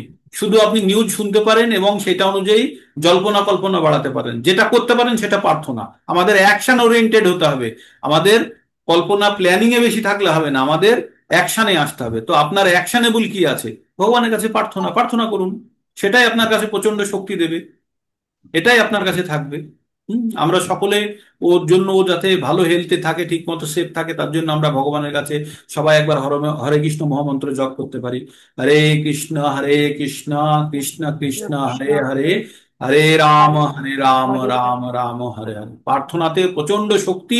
আমরা সবাই ওর শুভ, মানে সুস্বাস্থ্য কামনা করি, এবং ঠিকভাবে যেন সে বাড়িতে ফিরতে পারে, এটাই আমাদের ভগবানের কাছে প্রার্থনা রইল। আপনি নরসিংহদেবের আহ আরাধনা করুন, ভগবানের কাছে প্রার্থনা করুন যেন ও সেফ থাকে। ঠিক। দুবার যোগাযোগ হয়েছে ওর সাথে, দুবার। বললো মা ঠিক আছে, আমাদের এখানে সমুদ্র শান্তই আছে, ও ঠিক। ইন্ডিয়ান ওশানে আছে। ও তো তাহলে তো কম এফেক্টেড হবে, ইন্ডিয়ান ওশানে তাহলে কম এফেক্টেড। তো এই হলো আমাদের 9 নম্বর অধ্যায়ের সংক্ষিপ্ত রূপ। প্রচন্ড পড়তে হবে, এখন প্রচুর সময় আছে। এই ভেবে আমাদের বইকে আলাদা করে রাখলে হবে না, ভাবতে হবে যখন তখন আমাদের দিন শেষ হয়ে যেতে পারে। তাই আগে পড়া করে নিই তারপরে খেলবো, আগে পড়া করে নিই তারপরে খেলবো, এই কথা ভাবতে হবে এখন, হ্যাঁ। তবেই কিন্তু হবে, না হলে কিন্তু বিপদ। না হলে আমাদের বিপদ। আগে পড়ে নিতে হবে তারপরে খেলবো। আগে খেলে পড়ে পড়তে গেলে কিন্তু পড়ার সময় পাওয়া যাবে না। আগে পড়ে নিয়ে তারপরে খেলুন। ঠিক আছে, আর কারো কিছু বলা থাকলে বলুন, নাহলে শেষ করছি। 8টা পার করে ফেলেছি, আমি 8টার মধ্যেই কনফাইন করবো ভেবেছিলাম। আর আপনাদের পায়ের তলার মাটি সরছে একটু একটু করে? হ্যাঁ, সরছে। 18 নম্বর অধ্যায়ে আসা পর্যন্ত আপনাদের নিজেদের মধ্যে পরিবর্তন ভাববে পাবেন বলেছিলাম, কিন্তু 18 নম্বরের আগেই আপনাদের একটা 18 নম্বর আমূল আগেই ভুল কিন্তু হয়ে গেছে। আপনাদের পরিবর্তন নিজেদের মধ্যে আপনারা খুঁজে পেতে শুরু করবেন। ঠিক আছে, এবং হ্যাঁ, পাচ্ছেন, আমি ভুল আমি বদল উপলব্ধি হয়ে করছি গেছে, আপনাদের মধ্যে পরিবর্তন হ্যাঁ আছে। পাচ্ছি। পুরো ভুল তো এটাকে বদল ধরে হয়ে গেছে। রাখতে হবে, আরো আরো আরো গভীরভাবে ধরে রাখতে হবে। একদম মানে মানে এতে যা জ্ঞান ভরা আছে না, আমরা শুধু ভাবি আমরা কত মূর্খ, হুম, আমরা কত মূর্খ। কিছুই এটা না, এরকম অনেক জ্ঞানের ভান্ডার আছে যেগুলো থেকে আমাদেরকে দূরে রাখা হয়েছে ইচ্ছাকৃতভাবে, যাতে আমরা এই জ্ঞান অর্জন করতে না পারি। এটা আমাদের দুর্ভাগ্য। তবু আপনাদেরকে ভাবতে হবে যে আপনারা অত্যন্ত ভাগ্যবান ভাগ্যবতী, যে ভগবানের কৃপায় এই জ্ঞান অর্জনের বা পড়ার একটা সুযোগ বা সময় বা ইচ্ছা জন্মেছে আপনাদের মধ্যে। আর এইটাকে কাজে লাগাতে হবে, কোনো অবস্থাতেই যেন এই ভগবান ভক্তির ইচ্ছাটা যেন নষ্ট না হয়, কোনো অবস্থাতেই। বাস, ট্রেনে চেপে বসেছেন, অটোমেটিক গন্তব্যস্থলে পৌঁছে যাবে। ট্রেন থেকে নামলেই বিপদ, নেমে গেলেই আর চড়তে পারবেন না। ঠিক। তো ভগবান এখানে কি বললো? কীর্তন করতে হবে, ভক্তি করতে হবে, শ্রবণ করতে হবে, পঠন করতে হবে, তার সঙ্গে প্রচার করতে হবে, তার সঙ্গে প্রচারের কাজে দিতে হবে। ঠিক আছে, তো ওইগুলো করলে আরো নিজের শুদ্ধিকরণ হবে। অন্য কেউ শিখবে কি শিখবে না জানি না, আপনারা কি শিখছেন আমি জানি না, তবে যে আমার যে ভক্তির কাজটা যে আমার এগোচ্ছে সেটা আমি বুঝতে পারছি। ঠিক। তো আপনাদের প্রত্যেককে এরকম এক একটা ইউনিট ভাবতে হবে। আমরা চাই যে আমাদের টিমকে হাজার হাজার লোকের মধ্যে আমরা টিম বানিয়ে ফেলি, তাই না? আর সকলের কাছে এই পরম জ্ঞান যেন আমরা পৌঁছে দিতে পারি। মনে হচ্ছে না আমরা দেরি করে ফেলেছি এই জ্ঞান অর্জন করতে? মনে হচ্ছে? হ্যাঁ, হ্যাঁ, হ্যাঁ, হ্যাঁ, জীবনে হ্যাঁ, একটু কার কার মনে হচ্ছে আমরা দেরি করে ফেলেছি? হাত তুলুন দেখি, একবার দেখি কার কার মনে হচ্ছে যে আমাদের দেরি হয়ে গেছে কিছুটা হলেও। অনেকটা দেরি হয়ে গেছে প্রভু। না অনেক না, অনেক দেরি হয়নি। অনেক অনেকটা দেরি হয়ে গেছে। না না, এই উপলব্ধিটাই যথেষ্ট। এই উপলব্ধি যদি হয়ে থাকে আপনাদের মধ্যে যে দেরি করে ফেলেছি, তাহলে এখন তাড়াতাড়ি যেটুকু সময় বেঁচে আছে সেই সময়টাকে কাজে লাগাতে হবে। বলুন মনমোহন চিত্রের প্রভুজি, 10-11 ধন্যবাদ নম্বর মাতাজি। স্টেজে আছে। চিত্রের বলুন 10 মাতাজি, বলুন, হ্যান্ড রেজ করেছেন। বলছে আমি বেশি লেট করে দশ ফেলেছি। এগারো নম্বর stage। সবাই লেট, সবাই লেট, তবুও ভালো। যে বেটার লেট দ্যান নেভার বলে ইংরেজিতে একটা কথা আছে। চিরকাল না হওয়ার থেকে তো দেরি হলেও ভালো। ঠিক। তো না প্রভু, আমরা আমরা অনেক লেটে অনেক পিছিয়ে পড়েছি। আরে আমাদের, তাহলে তো আমাদের দশা কি বলবো? না না প্রভু, বলার দশা নেই।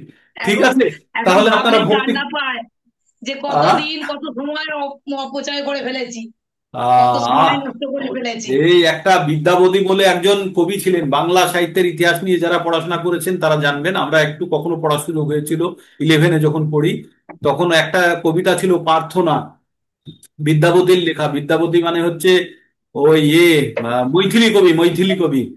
তো হ্যাঁ, কবিতার নাম ছিল প্রার্থনা। তার একটা লাইন আমার মনে আছে, সেখানে লেখা ছিল, আধা জানা মাহাম নিদে গোয়াইলো সুত মুইত রমণী সমাজে। মানে জীবনের অর্ধেকটা তো ঘুমিয়ে কাটিয়েছি, আর বাকিটা সুতো মানে সন্তান, সুত মৃত মানে বন্ধু, আর রমণী মানে স্ত্রীদের নিয়ে, বাস জীবন তো শেষ। তো এইভাবে আমরা তো জীবনের অনেকখানি সময় নষ্ট করে ফেলেছি। এখন যেটুকু আমাদের বাকি তো আছে সেটুকু চোখের প্রকৃত কাজে চশমা লাগে। উঠে গেল, হাতের বল নেই, গায়ে বল নেই, শরীর খারাপ। এইগুলো তো লক্ষণ না, নোটিশ দিচ্ছে ভগবান, বলছে যে আমার হ্যাঁ বাড়ি হ্যাঁ, ছাড়ো, ওটাই তো আমার বলছি বাড়ি ছাড়ো। যে ঠিক আছে, ভগবান যখন নোটিশ একটু দিচ্ছে। যখন একটু একটু বাচ্চাদের দেখি যে